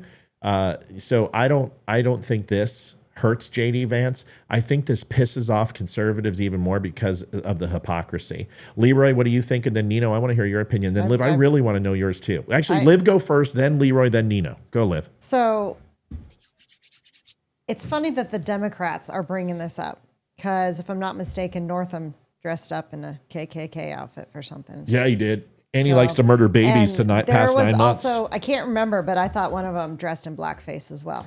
Yeah. But here's the thing. Democrats are complaining about this picture. Aren't they the party that is shoving down transgenderism and drag queens and everything down our throats right now and teaching it to our children in elementary school and having drag queens coming to the schools and reading and having library time with them? I mean, if this is acceptable in the Democrats' world, what's wrong with JD Vance dressing up like a girl for Halloween or a costume party? What is so wrong with that? Because it's right along with their narrative and it's what they want. So why aren't they embracing it? I don't understand it. Well, it's called hypocrisy. I know that, but come on. Yeah. Well, they don't like gay Republicans either. They don't like black Republicans. They don't like Cuban Republicans like Nino. So they've got too many racist and Polish white guys like Leroy. He's like shoe fits, bitch. White guy. Leroy, you go, then Nino. Oh goodness. Nino is not Cuban, folks. He's American. Okay. This hinges a little bit on what Nino said when he first came on. The idea that, when you're younger, you vote for what people look like. You vote based off of how you feel. You're more susceptible to emotional manipulation. And then as you get older, right, that's when things like policy start mattering. You care less about what skin color is, and you start looking more into, all right, what are the decisions that person is making that could govern over my life? And the reason I say it that way is because it's all about the optics. And what this is an attempt to use those optics to change the more emotionally susceptible of the independents, and use a photo in lieu of policy in order to gain their vote. It's a means to say, hey, look, here's this guy. It's embarrassing. And now we think that you should not vote that way. And they have to do that because they have no leg to stand on with regard to policy. That's what I got. Yeah, if I was JD Vance, my comment would be, yep, you guys say we're weird, so I was a little weird during my time. But see, I had more fun in that picture than you guys have had in your entire life. You could take a piece of coal and shove it up all your asses, and in 3 weeks, it would be a fucking diamond. Liberals are a bunch of tight asses. They've got to learn to relax. For people who smoke weed and are all about doing drugs, right, they are very much not relaxed. Nino, your thoughts on this? And I know he's not Cuban, folks. Okay, this is a little humor. Go back to the beginning of the show. I know it's a joke. Back to Texas. It's like you're being racist. I know he's El Salvadorian. I get it. Okay, you don't need to start shit with me. Okay, I know where Haiti is. Go ahead, Nino. Hey, just don't call me Venezuelan. Anyways, back to piggyback the gentleman here. Oh shit! Hold on. Hold on. I gotta write that down, or I'll forget. All right, so the gentleman here is correct. It's kind of like Kamala, y'all. She has zero policy. It's just she can never even give substance out of her mouth. But the JD Vance situation, I'll say this: shout out all my conservatives. They're giving them some leeway here. Of course, I'm real strict. I'm a Baptist. I'm pretty strict with it. But to be honest, this guy, like Matt said, he's a Marine. So my two cousins are Marines, and they will whoop somebody. I won't say the rest here. They are hardcore with it. So I salute JD Vance, a Marine. That says it all, in my opinion. This guy is back in the day, doing something, I guess Halloween party, whatever. But to be honest, I don't think this really has nothing to do with the way the country's going to be ran, because, of course, the Democrats, they champion men in dresses. So this kind of like goes down their alley in a sort of weird way, right? But like I said, I think JD Vance, I'm not gonna lie. To be honest, I wasn't really a fan of him when I first seen him, because I never seen him before, right?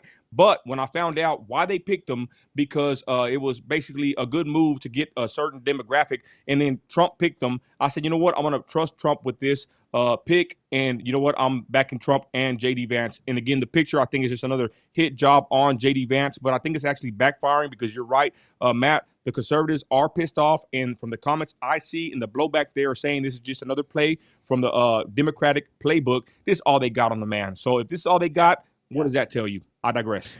Yeah, I agree. I agree with what you're saying. And first, since we're trying to get this Trump thing up, we've got plenty of show to do. I ultimately would love to show that. First of all, folks, linktapgo.com/thedumbshow. We're doing much better than we were earlier. Listen, we know you guys always come through. You keep the show going. You know that there's Facebook has demonetized us. We were pushing anywhere from 15,000 to 20,000 a month from Facebook. They completely took our legs out from underneath us. They took all the money away. They took off copyright restrictions, and all of a sudden we lost our income. So companies like Wimkin.com, which, Nino, I need to get you on Wimkin. I need to get you set up with Jason.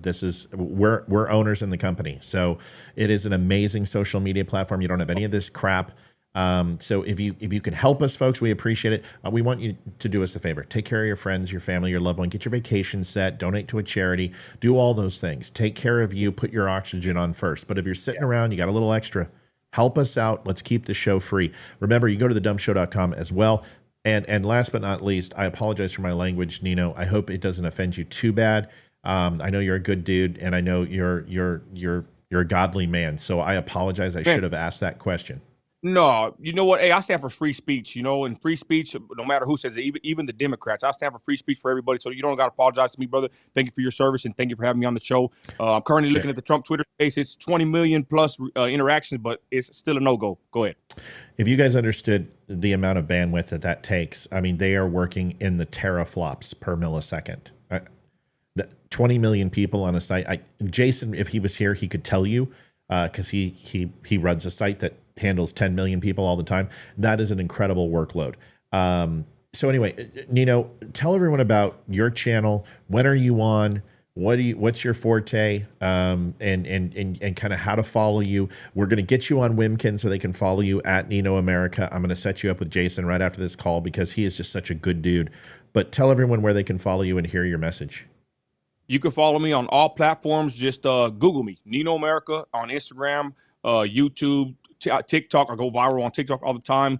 On every platform is Nino America, and I just stand for Christian conservative values. I'm a Trumper since day one. Many have deflected on the boss Dom Bigavale. I haven't. I still rock with Trump because I keep it simple. At the same, to be honest, ladies and gentlemen, most people don't care about politics the way we do, right? Most people just care about keeping a roof over their head, and they have to work to provide. So that's a message I push. A simple message to support Trump. I'm on all platforms, like I said. I've just got dinged and demonetized on my Facebook account. It's just how it happens.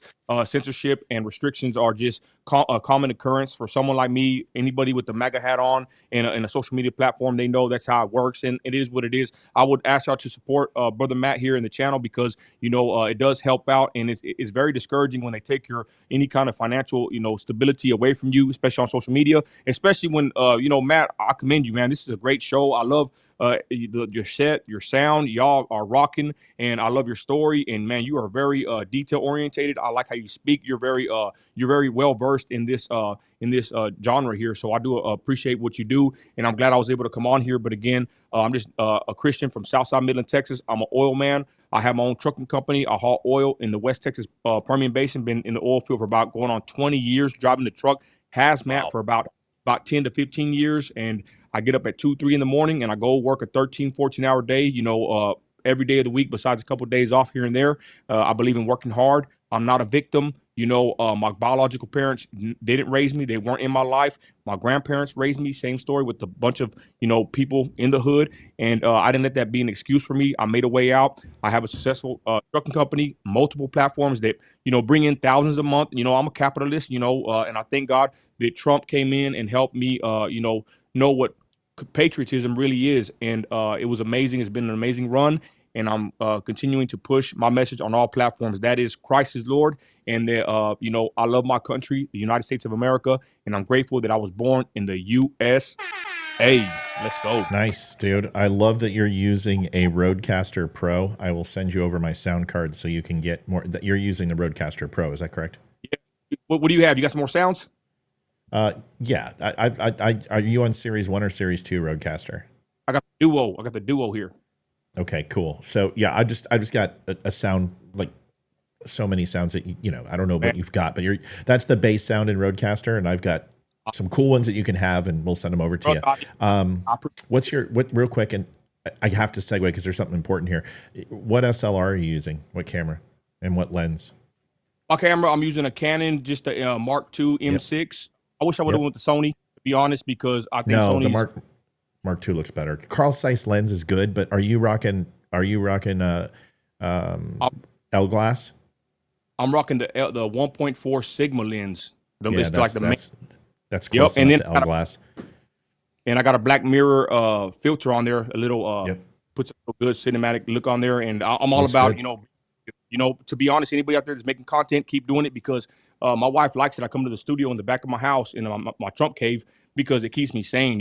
Anybody that makes content, y'all, I'm telling you, even if you don't reach a lot of people, I was on a show yesterday with a gentleman, and not a big reach, but I'm glad for his push and his message. And to be honest, this is therapeutic, y'all. When someone makes content, I would think Matt would probably agree as a veteran, right? When you make content, it's very therapeutic because you got to have a release. And I don't do drugs and I don't drink, so I do like to have something to do, and my wife likes it. I come back here and I'm productive with my time and I push a good message. So anybody out there making content, keep doing it, because it's actually therapeutic for a lot of us that need to get to vent somehow. I do a lot of drugs and drink. So Gary, that's not true. Gary, don't say you're in, dude. You can't say that. So here we have a kind of a tradition here at the Don't Family Show. We get a lot of trolls, and I interact with my audience constantly. It's something that we're one of the only shows that do that. Most don't, because they're afraid to talk to their audience, and even twat waffles like the guy earlier. But somebody made a comment, and people have made great comments. There's been hundreds of wonderful comments about you, and then there's one that isn't. So would you like to try to address it? Hell yeah! Hey, I love being. I love that, bro. All right, I'm going to address it first, if that's okay, since it's my show and everything. And by the way, you said your mom and dad, you didn't know them. Well, I knew them, but the funny thing is, sometimes when your parents, you know them, but you hardly see them, and you really don't.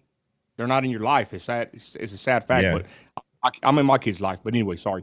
Is your dad Puerto Rican or just? No. Hey, but I'm just fucking around, dude. Dude, I'm just fucking around, bro. Don't just. Don't cut him. This isn't it. Don't cut him. That's racist. That's racist. You just said he's a Mexican with a knife. I'm Mexican. I can say it. I'm telling you, it's gonna end up like in a bathtub, like Training Day. You got to be careful. Oh man. my god.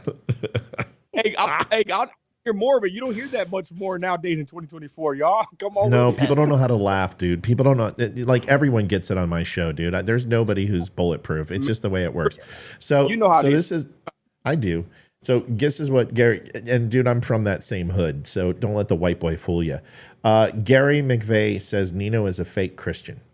Christ is Lord. Go ahead. No, fuck it, dude. You listen. I was just gonna make a preface, but you go, boy. Get him. Look, Christ Christ is Lord. He rose again on the third day. He died for my sins, and all my faith is what he did, not in what I can do. Now, what makes a Christian is simple faith in Jesus Christ. Romans 10:9. I profess him as Lord. Now, am I perfect? Do I live a perfect life? No, I don't. But to say that I'm a fake Christian, you a liar. And to be honest, that looks like one of my trolls in there. So hogwash. And like I said, I confess that Christ is Lord. And that's my final word, and I'm sticking to it. Go ahead. Yeah. So judgment is reserved for the Lord. And if you don't understand that, then you haven't read the Bible. And I think the problem with most people, and I'm not here to judge you, sir. You have a right to say whatever you want. This is America. But the question is, why cut so deep, so far, so fast? There has to be there's something that you have against him. And I think maybe pointing that out would be better than calling him a fake Christian, because the one thing you don't know is what's inside his soul and his heart. That's for him and him alone. You can never change him. You can never alter him, and he would have to allow you to do so. And he doesn't strike me as a person who's going to allow you to do so. Cambodians are usually very reserved that way. So, dude, I don't know what your problem is. But the only thing that resembles a fake Christian around here is someone calling another person a fake Christian. You don't know his road. You don't know his journey. You don't know where his feet are on the path of righteousness, and he may never achieve it. But there is one thing he can do. He can walk alongside the Lord and take his counsel and take his influence and see if he can try to achieve that on this mortal coil. But you don't get to decide that. So the best thing that he can say to you is go fuck yourself. Okay? So now that we've done that, let's move on to something else. I'm watching Benny. Amazing, man. Amazing. Oh, thanks, brother. And the other guy wanted to walk into that buzzsaw. Now coming on this show, golly. Whoa. History Trump with live he's in the space. Is he talking? I'm looking right now. Let's listen. Hold on. Again, it's just annoying music. So let's. Yeah, folks. It's in. It's working. I'm on the Trump service now. The Trump space is on. Where are you at? You on Donald Trump's? Yeah, it's a door to Donald Trump. And there's just music playing, though. Yeah, so they've got, let's just wait for a few. We'll have it. As we watch, folks, you need to understand something. I come from the neighborhood where mother is half a word, okay? I just grew up that way. And my parents allowed us to cuss at a very young age. I think I dropped the F-bomb when I was 6, and I ate my last bar of soap ever. And my parents just said, if you ever use it in public, we'll beat you within an inch of your life. If you ever talk to an adult using those words, we will beat you within an inch of a life. But if you stub your toe and you say shit or damn or whatever, you're okay as long as you're in the privacy of our own home. But we will teach you how to articulate yourself in other mediums outside of profanity. And I believe, as a person who communicates for a living, that there are times that I need to articulate in a non-monosyllabic way. There are times that I do need to articulate in a monosyllabic fashion. Damani Felder, a good friend, is the same way. He will use 10-cent words. And there's also at times that we need to get down in the gutters and the trenches and speak the language of the slaves. And not just black slaves, but Egyptians, the Moors and the Saxons, because that's where this language comes from. It's a guttural language, and it's used where people couldn't rise up and fight and pick up arms against their oppressors. So they would condemn them with words like witches and pagans who would cast spells and say crass aspersions on them verbally. That's all they could really do, because they didn't know how to read and they didn't know how to write, because that's the first thing you do, like Democrats, is take away your ability to communicate. So I use the slave language often, and I don't believe it's a sin, because there's nothing in the Bible that says thou shalt not cuss. Yes, there's certain passages that you have referenced that, but that is you imposing your will on what God said, not truly what the Lord said. Let's watch a video, shall we? These types of things, I think, give him strength. This will motivate you. You'll love this. Leroy, let me know. I'm already motivated. I know, but you're really going to be motivated now. Oh, I got to get Nino on. Bring him on here. We can now project the winner of the presidential race. Donald Trump wins the presidency. What started off as unlikely, impossible, is now reality. I will fight for you with every breath in my body, and I will never, ever let you down. We have a president who actually fulfilled the promises he made during the campaign, securing the border to foreign policy. He now has a record as president that's pretty damn impressive. Breaking news out of Palm The Beach, FBI Florida. has executed an unprecedented search warrant at President Donald Trump's Mar-a-Lago estate. The former president has both sides of the political aisle up This is in a arms. dangerous and unstable moment in American history. The Justice Department has just indicted former President Donald Trump. For 7 years, they hated him, they targeted him, they hunted him. This is the epitome of the abuse of the prosecutorial power to preempt political decisions. I never thought anything like this could happen in America. The only crime that I have committed is to fearlessly defend our nation from those who seek to destroy it. The more that a broken system tells you that you're wrong, the more certain you... Okay, Gary, listen, I appreciate you having listen, I'll take anybody who comes back after taking a shellacking like that and wants to retort. That shows respect. So good for you for not taking it too personally. Here's Gary's message, which is much better than the first. The first is ambiguous and doesn't do anyone any good. This at least has some context. Nino is constant. Oh, shit. Hold on. Sorry, buddy. Sorry, Gary. By the way, nice bass. Nice bass. Gary says Nino is constantly critiquing other congregations in his town and calling them fake Christians. I'm just calling out his hypocrisy. Okay. Nino, do you do that? Okay, let me respond. I never call nobody a fake Christian because I didn't get to say it, but what you said earlier was, I mean, you said it great. I even agree with the cursing in the Bible, right? It's a different form of what you say. So anyways, besides the cussing, which I agree with you, what you said completely, but Gary's saying that I'm calling people fake Christians. I never call anybody a fake Christian because you said it correctly. Only God can truly look at someone's heart and know if they believe on his son, okay? What I do call out are complacent, fraudulent pastors that use my community for a selfie, right? And go give supplies or whatever they do for publicity stunts, in my opinion. But whenever the LGBT comes to my city and they want to read these drag books in the public library, okay, and the churches are silent, that's when I call out the Christians. That's when I call out the mega churches in my city. They are always there sucking money from the community, yet they're never there with us when it's time to stand up at the city council meetings and it's time to stand up when these drags come to the city to read to the books. I mean, to read to the kids. So yes, I do call out these pastors in these churches when I find them basically complacent and comfortable in the four walls. Come out to the street with me. That's my problem with these pastors in churches. And again, I'm not calling them fake. I never said they're not real Christians. I said they're lazy Christians, and they only care about money, and they don't ever come out and help the community when the community needs them. Hey, my homeboys in the hood give out turkeys and do car shows. Even the heathen can give out turkeys and give out food and clothes. But when are you going to come stand up in the city and come stand against these sexual deviant perverts? They want to indoctrinate our children at the Midland Public Library and other places. We went national with this story of the Christians, so a certain sect of us standing up against these people from the city council meetings to the public library. They want to read these filth books in our library, and we're pissed off. So yes, I do call out these churches and Christians that don't want to help us, okay? Because I've been in my community for so many years, and it makes me mad when these churches and pastors they barely come here for 5 or 10 years and suck all the money out of the community, yet they never come stand with the community. So yes, I call them pastors out in those churches by name, and I tell them where I'm at, and if they got a problem, we can speak, and nothing crazy. But the point is, I never call them fake. I just call them lazy and greedy and basically worthless in the hood because they never come out to the hood. Well, Gary's response is triggered. I love monosyllabic responses. Gary, do you understand that being triggered isn't a bad thing? I have triggers. If somebody drops the N-bomb in front of me, I'm going to be triggered. If somebody calls my wife a bitch, I'm going to be triggered. If someone touches my children, I'm going to be triggered. And if people who are supposed to be a part of the clergy are not following Jesus' example and understanding that everything that they do should be focused on the meek and helping the meek because they will inherit the earth, then they are essentially living in a complete fallacy and sin to what God's words are. That is what it absolutely is indicative of a Christian who does not follow Jesus's teachings. That would be a fake Christian. Somebody uses it for their advantage or financial gain. When you say the word triggered, what you're doing is you're just literally discrediting all of those things and maligning yourself with it. I learned at a very young age that you own your shadow.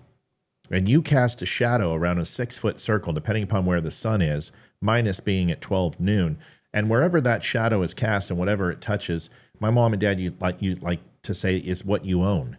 And if you see something and you observe something and you don't say anything and you don't challenge it and you don't question the behavior, then you are condoning and encouraging that aforementioned behavior. So my point is, I'm not triggered. I've got no skin in this game. I know where Texas is. I grew up in I grew up in California, but lived in Texas in Tomball.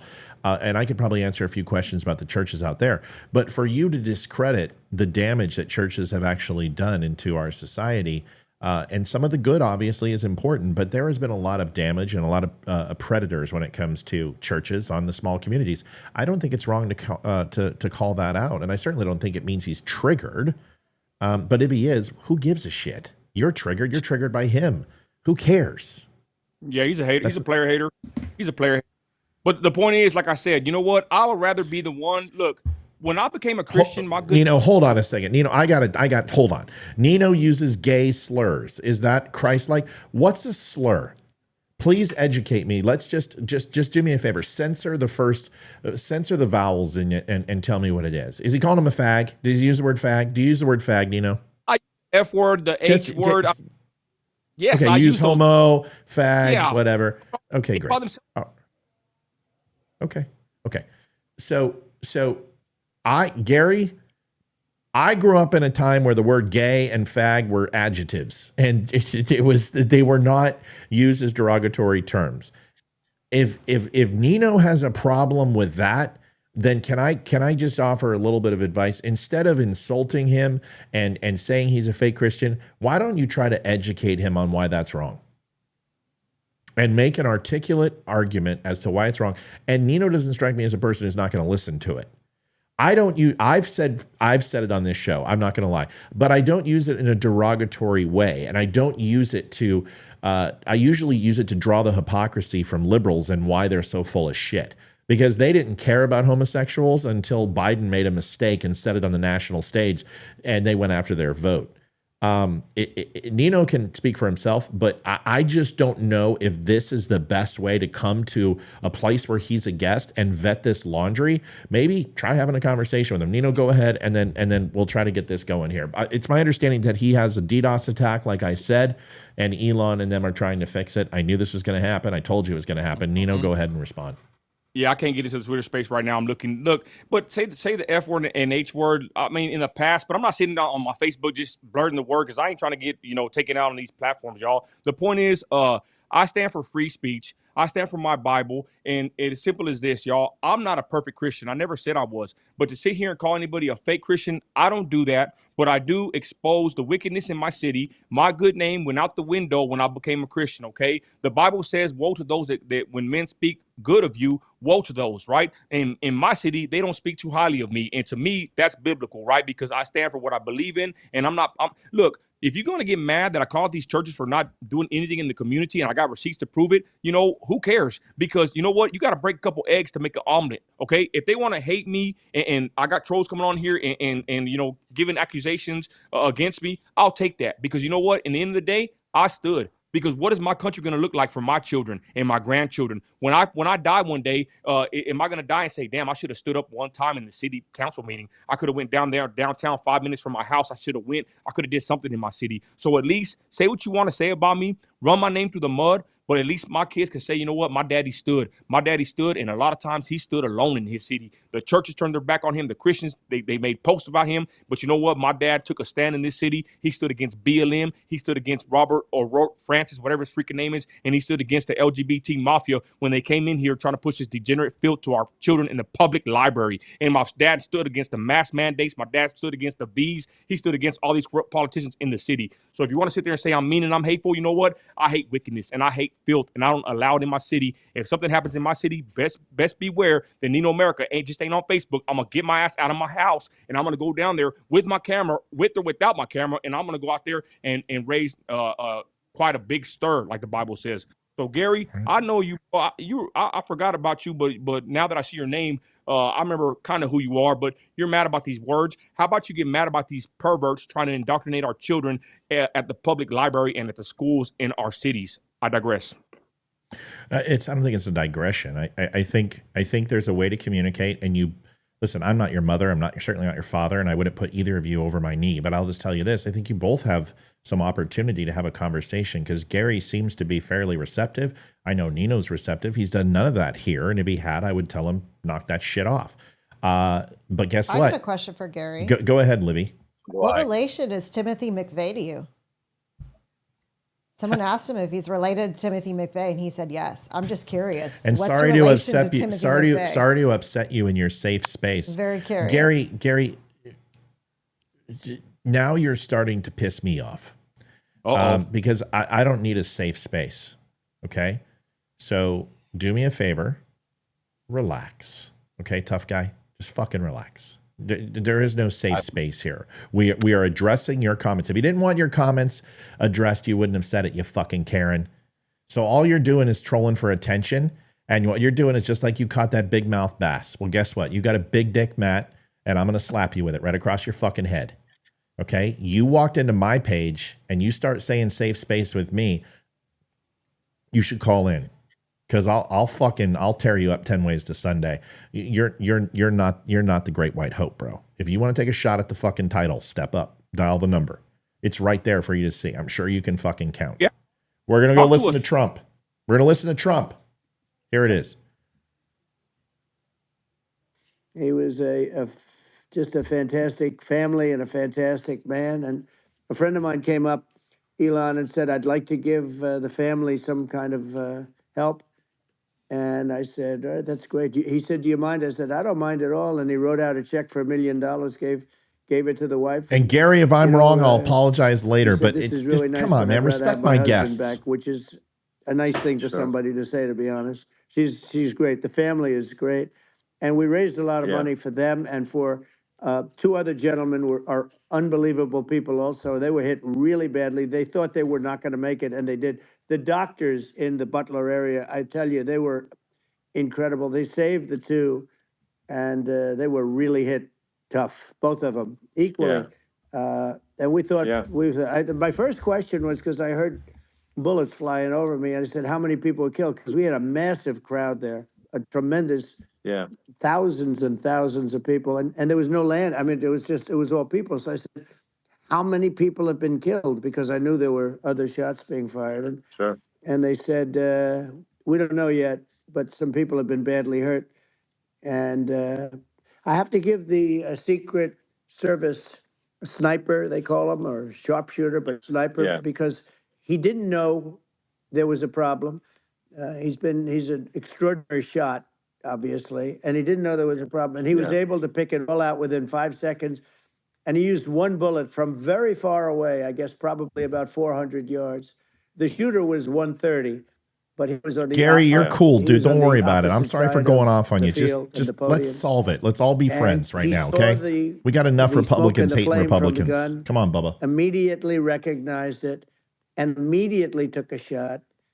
And it was one perfect shot from very far away. And if he didn't do that, Elon, he would have. I mean, if he would have, a lot more people could have been badly hurt and killed. So I have to take my hat off to him, because that's also a surreal. You know, he's been with them for 23 years, and he's never had anything like this. And all of a sudden he has to act, and it's a very tough thing to act and to be shooting somebody. But he saw the gun, saw the smoke, saw the flame from the gun. Very far away. Obviously has very good eyes. He's got very good vision, which I assume you have to have in that particular work. But he took aim very quickly, and they say it was approximately 5 seconds from long range, one bullet. If that didn't happen, because the shooter had a lot of bullets, he had a lot of cartridges up there with him. So well, could have been very. I mean that's clearly he was very confident in taking that shot to stop the attempted assassination.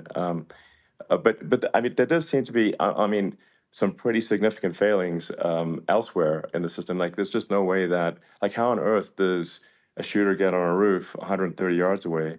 That seems crazy. I think most people people are wondering how on earth could such a thing happen. Well, I view it as two ways. There should have been nobody on the roof. There were people because there were so many tens of thousands of people there. There were people that were seeing him, and there was one woman with a red shirt and Trump all over it, and she's screaming. That guy's got a gun. You saw it probably. There's a guy up there with a gun. I mean, it's like I'm just. I guess. I mean, for my part, and I think probably many members of the public are wondering how the heck are, basically people wandering by pointing out there's a guy on the roof with a gun. If anybody needs to go, don't worry about going. We appreciate you. We're just going to listen for a little bit. It's not being addressed. That does seem crazy. Well, they're going to learn from this. The communication between the local police, who sort of had an idea, and then ultimately a man lifted himself up to the roof, could barely do it because he was pulling himself up, and he saw the man with the gun. The man with the gun pointed the gun at him. He thought he was probably going to get shot, but he was like pulling himself up, and because of that, he couldn't get to his gun. And he fell down, actually very badly hurt his leg, his ankle. I hear very badly, but he fell down. And he did, from what I understand, he did say there's a guy up there with a gun. And the shooting started very quickly after that. I think it forced the shooter to go maybe quicker. He was supposed to be a very good shot. Yeah. My sons, Don and Eric, they can't believe what happened, but they said from 130 yards, a bad shot would hit that target almost every time. They said it's like in golf, sinking a 2-foot putt. Who said that? It's not a tough shot. It's not a long shot. The Secret Service person had the long shot. Every single person knows I said that shit. So, it was a terrible thing. Look, it's hard. I have to say this about the Secret Service. When I went down, and, I went down based on, I think they're screaming, but other people also, because people saw this happen. You had so many people. One of the miracles was that nobody ran. I mean, if a gun goes off, the crowd control people showed us this. When guns go off, and it does happen in stadiums at a soccer match or some kind of a match, everybody flees. They call it a stampede, like cattle. But everybody, and a lot of people get killed with those stampedes. We had more people than you'd have at, some of these matches or these games, and nobody left. You had a small group behind us in the grandstand, and that was full. And you look at it as it was taking place, and you guys leave Gary alone. He gets to have an opinion. I was hurt. Come on, they saw a lot of blood. Let's leave Gary alone. Nino's a big boy. He can take care of himself. And it's almost like they wanted to be with me. Well, out front, you had thousands, tens of thousands of people. As far as the eye could see, you had people in Butler, as far as the eye could see. And a lot of press, too. There were, many cameras on watching this. It's what makes it so different, because normally things happen that aren't good, but you never have a picture of it. Here we have all these cameras shooting it. So, sort of amazing. But one of the interesting things was that you didn't have anybody flee. You didn't have anybody stampede. Nobody. And there were some people behind me. They stood up and they're looking like, I'll tell you, you want to have them in a foxhole with you. I want to meet some of those people because it's so different from what you heard. But so I was down. But the Secret Service guys, there were bullets flying right over my head. You could hear them go whizzing, and these guys came jumping on top of me, and a young lady, Kate. They moved so fast, and let me tell you, that took tremendous courage. Now, there was a lack of coordination. There was, obviously everybody understands that somebody, that building should have been covered. And that was the big thing. Looking at the aerial views, that building would be like the #1 spot for a sniper. I mean, it's like if you were to pick, like, what is the favorite place? So if the goal is to assassinate, what's your favorite spot? That building. The roof of that building would be #1. That would have been the spot. It's like you can ask for a better location. It's like #1. That would have been the spot. You know what people think is when the local policeman, who, by the way, he really he did what he was supposed to do. He couldn't hold on any longer. And then when he got his head just peeking above, this guy standing there with a gun at his head. And when he fell down. So when you guys listen to this, a lot of this we've heard before, and I'm not too worried that anyone is, not versed enough in this that they are like, what happened? Trump was almost assassinated? No. What? Can we listen more? We need to. Right. Yeah, we need to listen. Is this what Trump should be talking about right now? Or should Trump be speaking to 20 million people about his policy, about Kamala Harris, about the ultra left going to progressive socialism, and give examples of how this fucking vice president signed up to 9 months abortions in his state, and also once born to be able to terminate the pregnancy based on certain conditions? Should we talk about that? Should we talk about mutilating children's genitalia? Should we talk about chemically castrating children? Should we talk about pornography in our schools, that parents don't have a right to know what's happening, to know our children's choices, to know if psychologically they're going through some anxiety or trepidation or questioning their own sexuality? Shouldn't these things be addressed, or should we be talking about, for the 50 millionth fucking time, the assassination attempt? Anybody? I really feel like the assassination attempt has kind of fallen back in terms of its awareness to the general population. So I would hope that he would mention it, but to your point, he needs to kind of get out from behind that messaging right now and make the distinctions to the independent voters who might be listening, make the distinctions between his policies and Kamala's policies, because that's what's going to win. Mm-hmm. Okay. Put to the fire there. I want to ask real quick.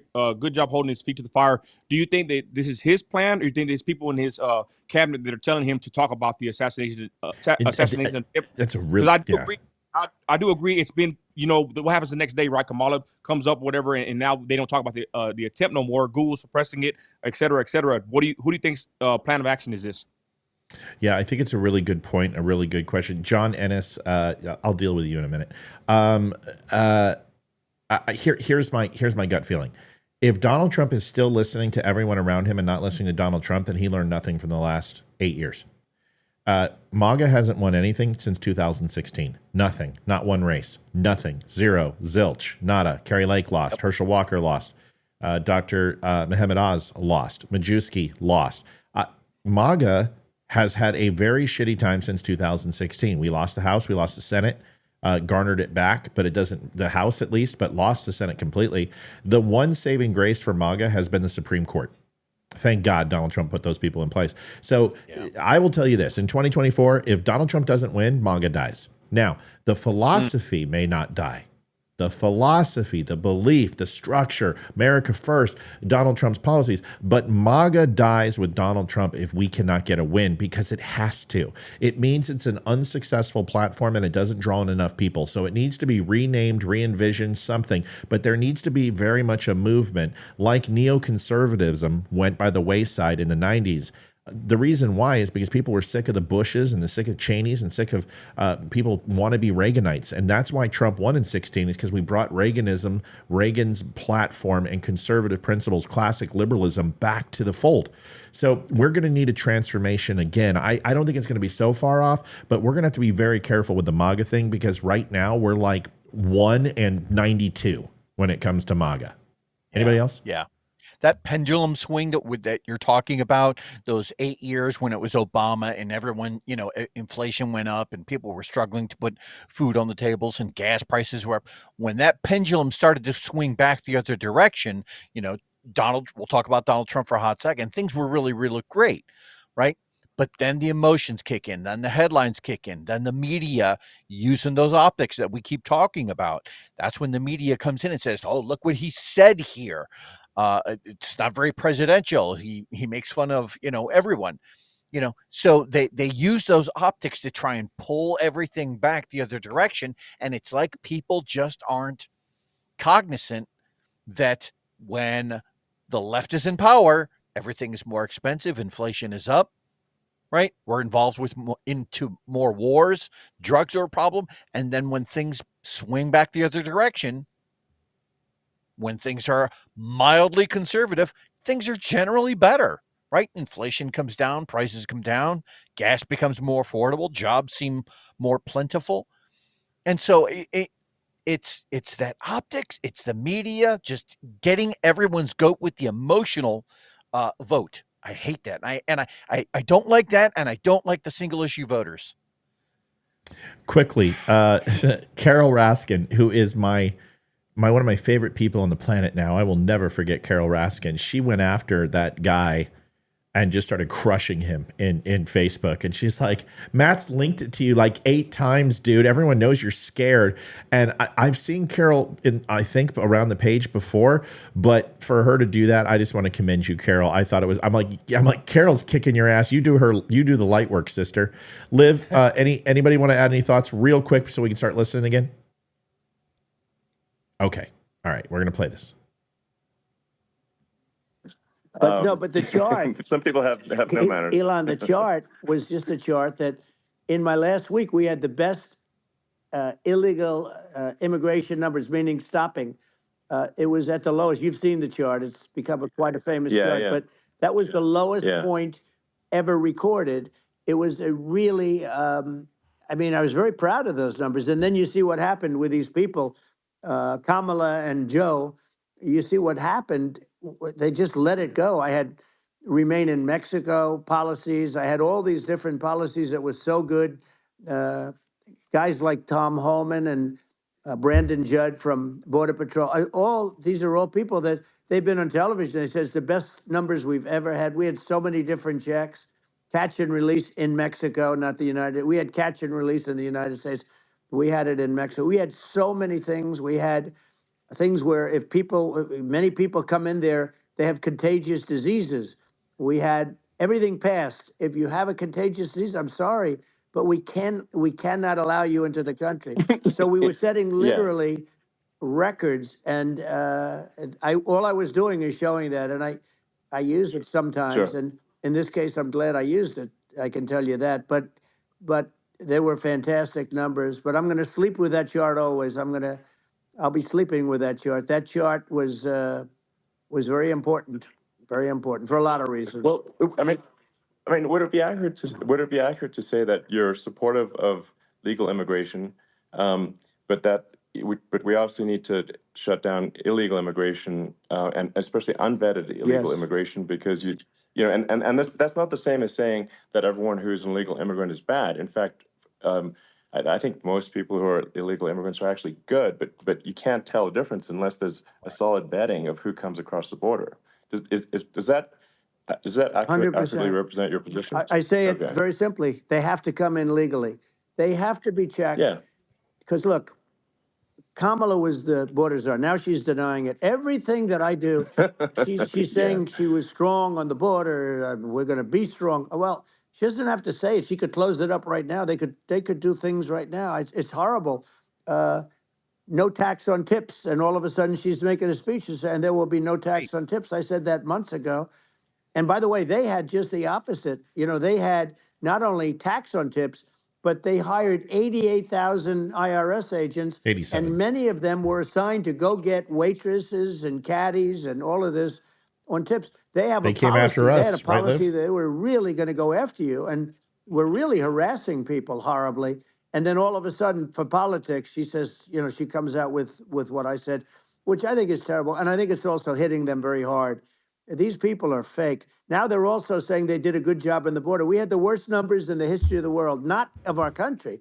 There's never been a country in history that has had a catastrophe like this. We've had, I believe, and I think you believe this too, you hear 12 million, 13. I believe it's over 20 million people came into our country, many coming from jails, from prisons, from mental institutions, or a bigger version of that is insane asylums, and many are terrorists. And I'll tell you what, they're coming not just from South America, they're coming from Africa. People are asking right now, is Trump slurring his words? You guys can still hear him. Hold on. It doesn't sound like it. He's on the phone, I think. Yeah, I'll explain what's going on. Bombing Israel, Let me just October mute 7th. this up. They're coming. So Trump isn't slurring his words. He is on a dynamic range microphone. and it's very different than a lapel mic. It's very different than anything else, but you're going to pick up everything. If you listen to my voice, you'll hear my S's I don't slur, and I certainly don't have a lisp, but that's what a de-esser is for inside of this. But an Aphex processor, which is also built into this, accentuates your voice. So you have a choice. You can get rid of the S's, which cut off the frequency of S and makes you sound kind of muddled. Or you can use the Aphex processor to go ahead and have more of a 95.5 KLOS. This is Matt Spear in Nino, America, right? So you can have a different voice. So Trump right now, in my opinion, they have him on an Aphex processor, and you're really hearing his speech. But everybody has that when you're talking into a high quality mic like that. So listen for it. You'll hear the difference. But no, he is not slurring. Okay. And I got these headphones. Yeah. I can hear very clearly. He sounds very good on my end as far as in these high quality headphones. He sounds good to me, but you're right. The processing may have an effect on people that are not used to, kind of paying attention, but it sounds good in my ears. Yeah. Yeah, it's the microphone. And if you have high HD microphones, but trust me, without down processing, HD in shitty speakers on a phone, it's a single mono speaker. It's going to produce pseudo stereo sound. So you need high fidelity quality equipment to really hear him. He sounds fantastic on our end. I imagine it sounds very tinny and brassy on a phone. Okay.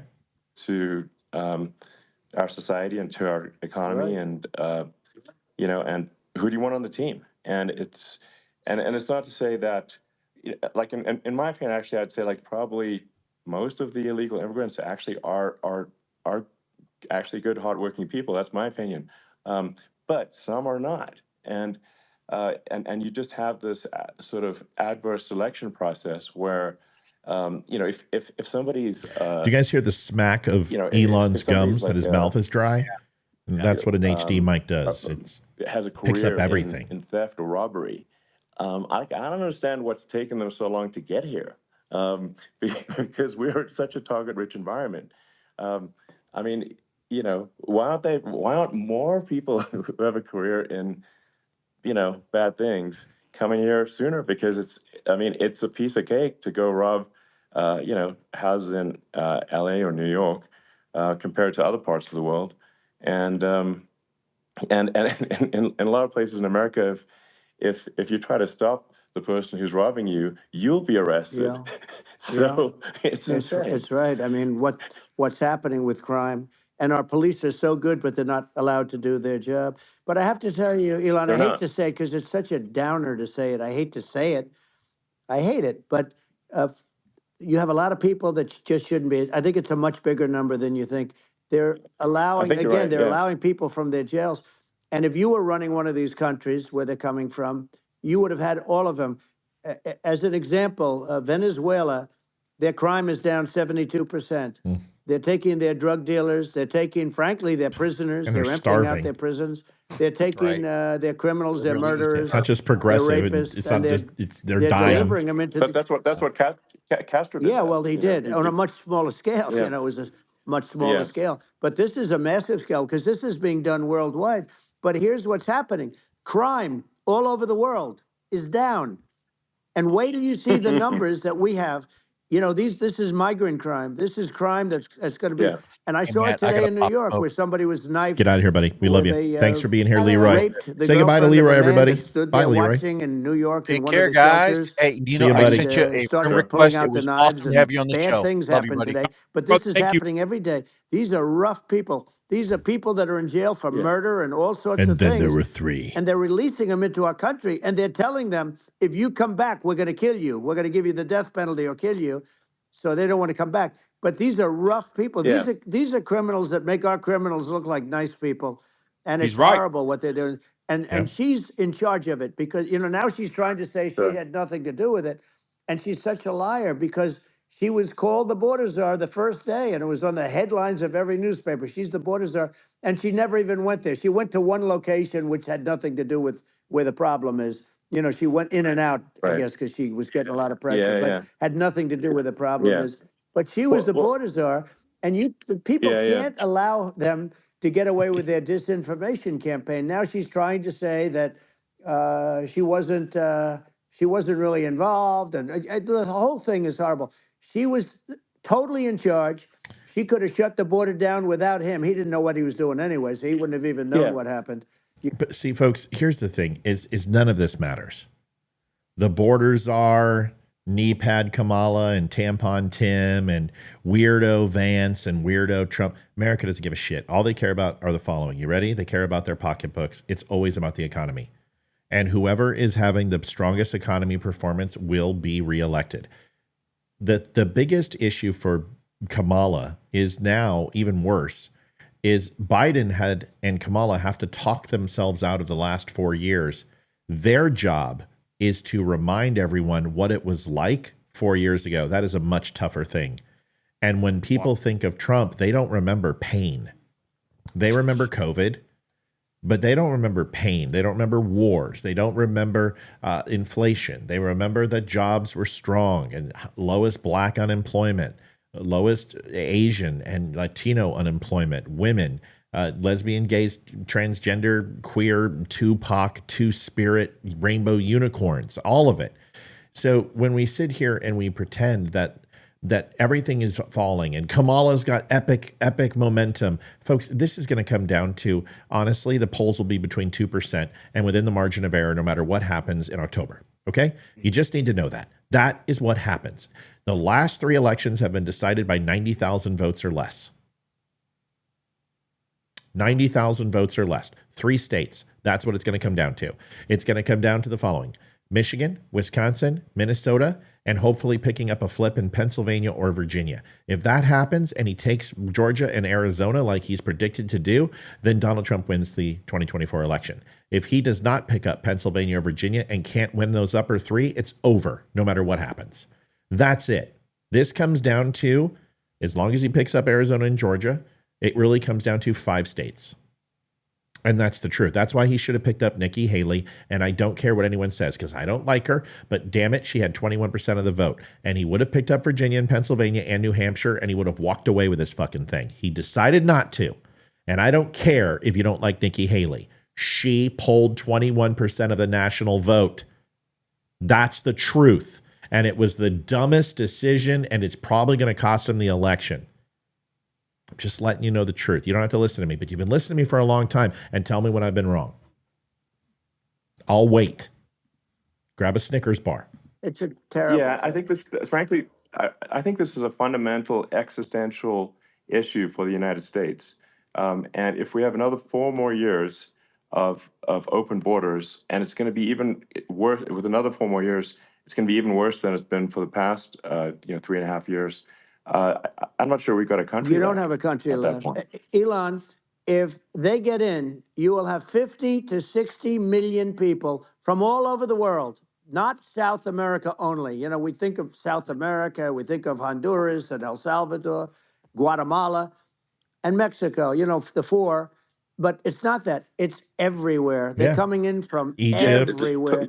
And I had to stay in Mexico. I think this UAE, is a super important point. Canada. Like, people, it's like basically when I went down there, I was like, well, where are people from? It's like almost no one was from Mexico. No, Mexico less. It's just the border. It's just the border with Mexico. But the people coming in, it's Earth, the rest of Earth, and America is only about 4 or 5% of the population of Earth. It would only take a few percent of the rest of Earth to overwhelm everything. We're already overwhelmed, Elon. Yes. We're overwhelmed. You had to see the news tonight about New York, and I love that place. And what they're doing to it is horrible, what they're doing to it. And all the courts do is they try and focus on Trump. Okay, then let's focus on Trump, who did nothing wrong. Roxanne is very astute. She just said, sounds like Elon is trying to lead him in the right direction, speaking. Yes, he is. Elon has been waiting for something like this. He has been waiting a while for this. He has made the jump from the left quite quickly from where he was. And this is kind of his coming out party. And it's exciting to see that he's keeping him on track. And this is Trump's listening more than he's talking. That's not a bad thing, folks, at all. Totally agree. And with that, Matt, gracefully. And I just want to say thank you for having me on. And hopefully we can do another pretty soon. God bless you and your co-host there, and God bless everybody watching. And I appreciate it, brother. Thank you. You got it, Nino. Everybody at Nino America across all social media, go follow him. Do me a favor. We're going to have about 40,000 views on this in the next 72 hours. Please, folks, do me a favor. You got to support people like Nino, because if you don't, they will just go away. So go over there, follow, like, share, and subscribe. Thank you, Nino. I appreciate you, brother. Thanks, All right, catch you later. God bless. All right, bye. Bye. Folks, we're going to have another 5 minutes, and then we're going to go. Want to listen to some more of this, and then we'll do final thoughts. You know, in Venezuela and in some of these other countries, crime is down 50, 60, 70, 80%. And you would be the same. You would have, Yeah. I'll tell you what, Venezuela has not gotten rid of all of them. They've gotten rid of about 70% of their really bad people. Their jails are about 50% put into the United States. The same with other countries. Sure. Some are at 30%, some are at 50%. They're all different. But the bottom line is they're all going to be at 100%. Why wouldn't you put 100% of it? And they're doing it right now while this third-rate phony candidate. Don't forget, I beat Biden. He failed in the debate miserably. And, you know, some people said, oh, gee, it's too bad. It's too bad he did so badly, or I did well in the debate. You know, the first night they said, wow, one of the people at CNN said that was the greatest debate performance I've ever witnessed. And then 2 days later, they didn't talk about that. They just said he was bad. But that's okay. That's the way I get treated, and I don't mind that at all. What I can tell you is this. We cannot have a Democrat. We cannot have her. She's incompetent. She's as bad as Biden in a different. Look, she hasn't done an interview since this whole scam started. And say what you want. This was a coup. This was a coup of a president of the United States. He didn't want to leave, and they said we can do it the nice way or we can do it the hard way. Yeah, I mean, they just took him out back behind the shed and basically shot him. What they did with this guy, and I'm no fan of his, and he was a horrible president, the worst president in history. And one of the reasons he was so bad, first of all, the Israeli attack would have never happened. Russia would never have attacked Ukraine, and we'd have no inflation. And we wouldn't have had the Afghanistan mess, if you think of it. And we wouldn't have had Afghanistan. But we think of it, you take a few of those events away, and we have a different world. We would also have inflation was caused by oil. Yeah, I think you're making an excellent point here, which is that when other countries can, that are thinking about invading or doing bad things, when they're thinking about that, they're thinking about, okay, what's the American president going to do? And do they fear the American president, or is there someone they do not respect, Gary says Trump can make Elon VP. Don't underestimate how much power he has. In order for him to do that, that would require him to go against the Constitution of the United States, and I don't see Donald Trump doing that in any way, shape, or form. He cannot change the overall provisions of what qualifies for a president. And there are very few rules for that to take place, but one of them is to be a natural citizen of the United States, which is very specific. Must be born here. It cannot be a naturalized process. They have to be a natural citizen, born on U.S. soil. It doesn't matter about their parents. That's a complete misnomer, not true in any way, shape, or form. As long as they are born in the United States, they are an American citizen, period, end of story, or any province or U.S. territory. They are a U.S. citizen. Elon Musk, his parents have little to do with it, but he was not born in the United States. Therefore, he cannot be vice president of the United States, period, plain and simple. He will not. Just bad people, just sick people, frankly. I mean, Schiff is a sick person. He's going to end up probably being a senator. It's hard to believe. The whole thing is hard to believe. But, they put our country in danger with that stuff, too. Folks, real quick, just want to tell you, we are horribly short of our goal for the month. We are way behind. We're about $350 behind. We're trying to get this going. We understand times are tough. We understand it's hard for everybody. We are 100% a platform that is self-funded. It comes out of our pocket every single month. Your help and your assistance keeps the lights on. We appreciate it. We know times are tough, but even $1 helps. If you have the ability, please go to linktapgo.com/thedumshow. You can actually do that very easily, very quickly. There's a donate button, or there is a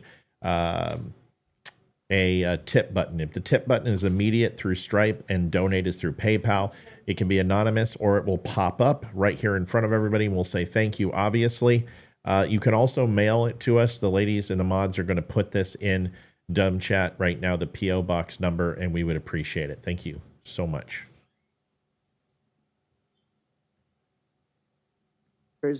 Shuts it down, That was, a massive job that Obama refused to allow. Yeah. I allowed it in my first week because it was jobs and it moved oil. And by the way, in a much more environmentally friendly way. It's underground. It's not a truck that catches on fire or a train that catches on fire.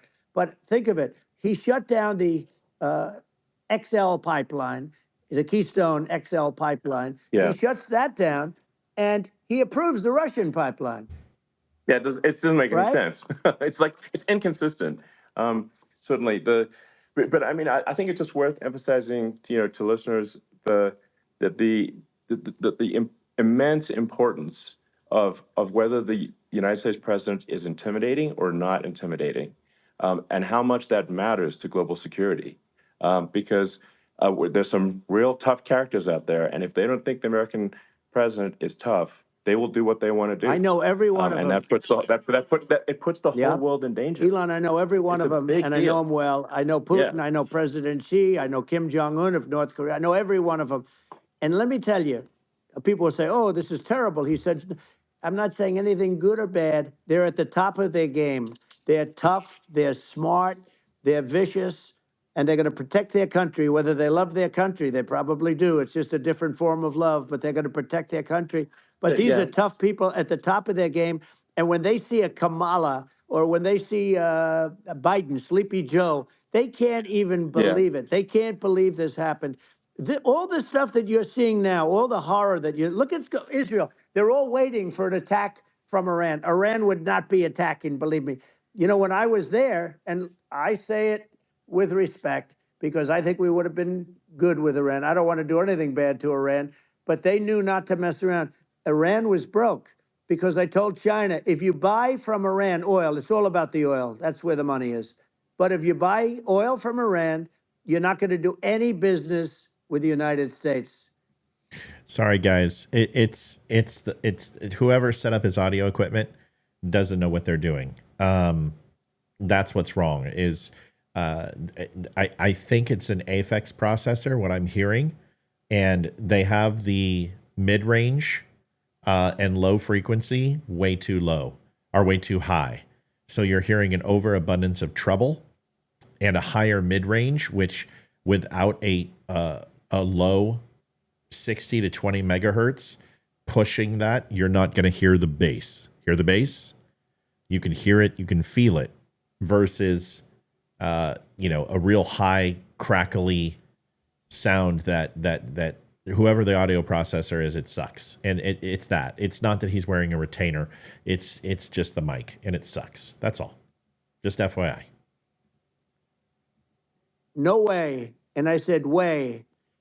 And it's the last time we ever had the conversation.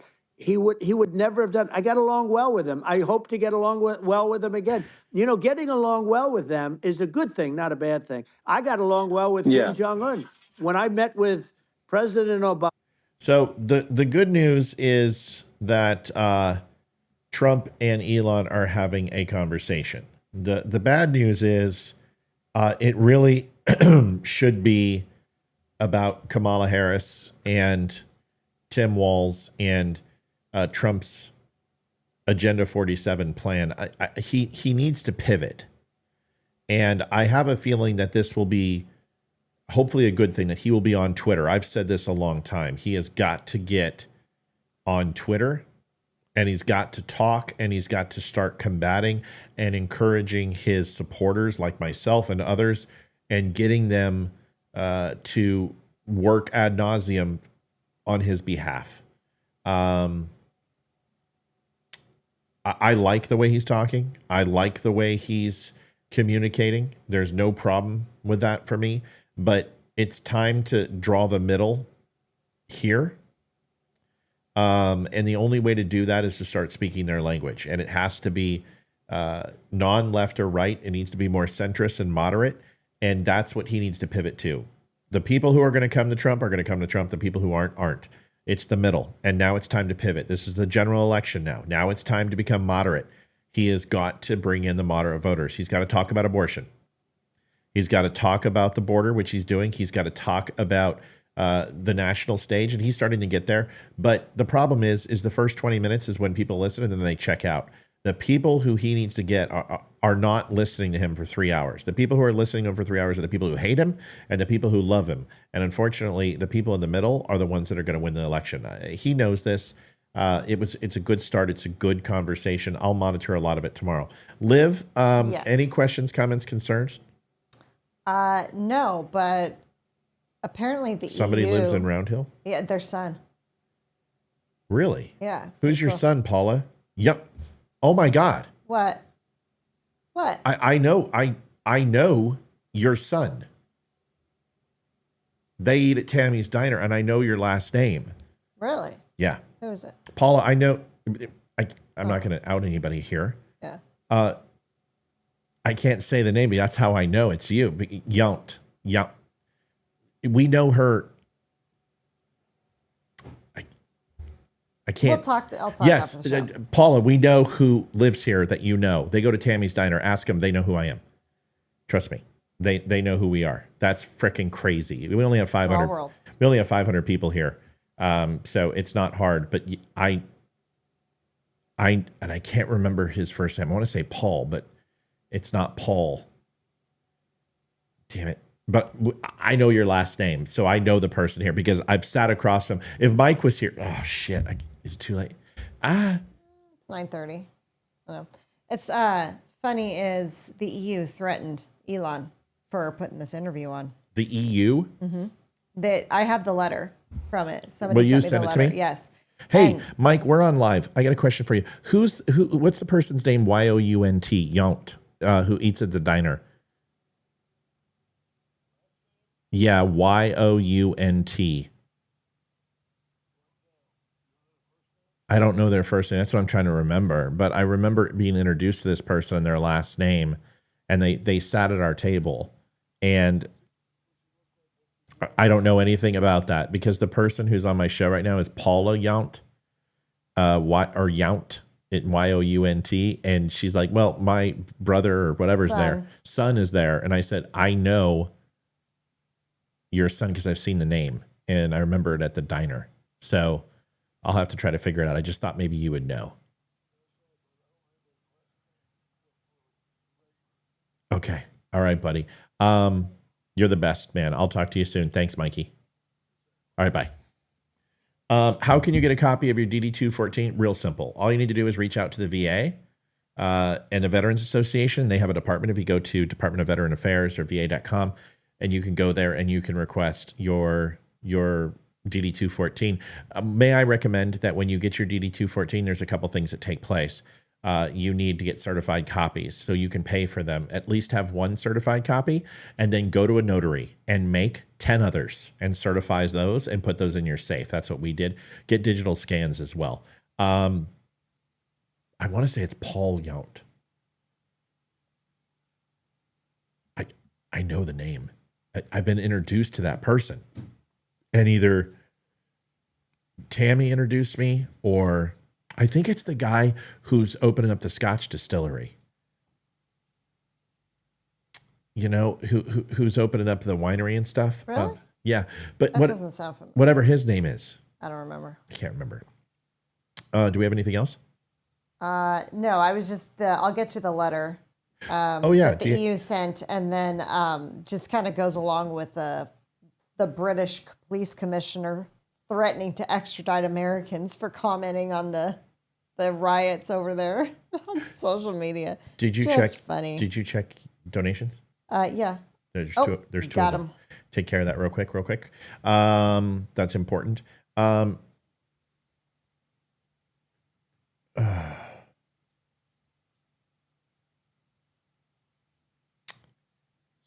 I know that last name. I will find out who it is because either they've done business with me or they've helped me with my air conditioner. I know the last name. Like I know, and I want to say it's Paul. But Jesse, thank you so much for donating. That helps tremendously. That puts us over 900. That makes us feel so much better. Usually by the 10th, we have to be at 1,000. By the 20th, we want to be at like 22, 23. So we're behind, and it makes us nervous because that keeps the show going and keeps the show on. So anything we can do to help, we appreciate it. And this is your first time watching. Listen, donations are tough sometimes. You don't know who we are. You don't know what we're about. Give us a like and a follow, right? Or go over and buy a shirt. Everyone feels good about that. It'll take time. We don't want to push donations. It's something we never try to do. We want it to be a natural. Thank you, Debbie. Thank you. So much, Debbie. Sends us coffee mugs and then gives us a donation. Debbie, you're amazing, and that helps out so much. That's really close to where we're supposed to be right now, so that makes us feel good. We just want to try to break even every month, so that's what we try to focus on. Everybody, tomorrow there is a new show recorded. Probably won't be a recorded show. I'll probably just put this on the podcast because this was really good with Nino on. There'll be new articles on the news, which is dumnews.com, thedumnews.com. You can go over there, and that's DUM.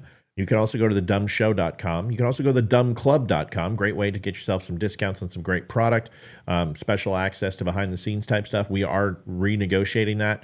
We also have a new app coming out, which is going to be on Android and Apple, which is exciting. Our entire catalog, podcast, videos, live show, chat, everything will come in an app. So it'll be right on your phone. You won't even have to go to Facebook anymore if you don't want to. All these things are starting to come together. Yes, we went out and got a P.O. box, Stephanie, because a lot of people don't have credit cards. So we've had several people send us stuff through the mail, and we're all about it. So we appreciate you guys and girls. Thank you so much. If you haven't been onto thedumshow.com, go over and take a look. Please like, share, follow us. And this is my wife, Olivia. Tonight she let me talk to Nino, which I was excited about. And yeah, that's it. So Liv, thanks for being here. You have anything? No. Thank you for all the donations. Appreciate it. Thanks, everybody. We'll see you tomorrow. Live show tomorrow at 7 o'clock. It'll be me running maybe with Leroy or solo, one of the two. Either way, I'll be here tomorrow at 7 o'clock. Thanks for watching. Send us a message. You have any questions, comments, concerns? We'd love to hear from you. Good night, everybody. God bless. Night, y'all. See ya. Adjusting transmitter output. This is the Don't Unfriend Me Show with your hosts, Matt, Leroy, Amy, and Olivia. Geopolitics, military analysis, and election coverage. Coming to you live on all major social media channels at The Dumb Show. Honest, direct, unfiltered. We can agree, we can disagree. Just don't unfriend me.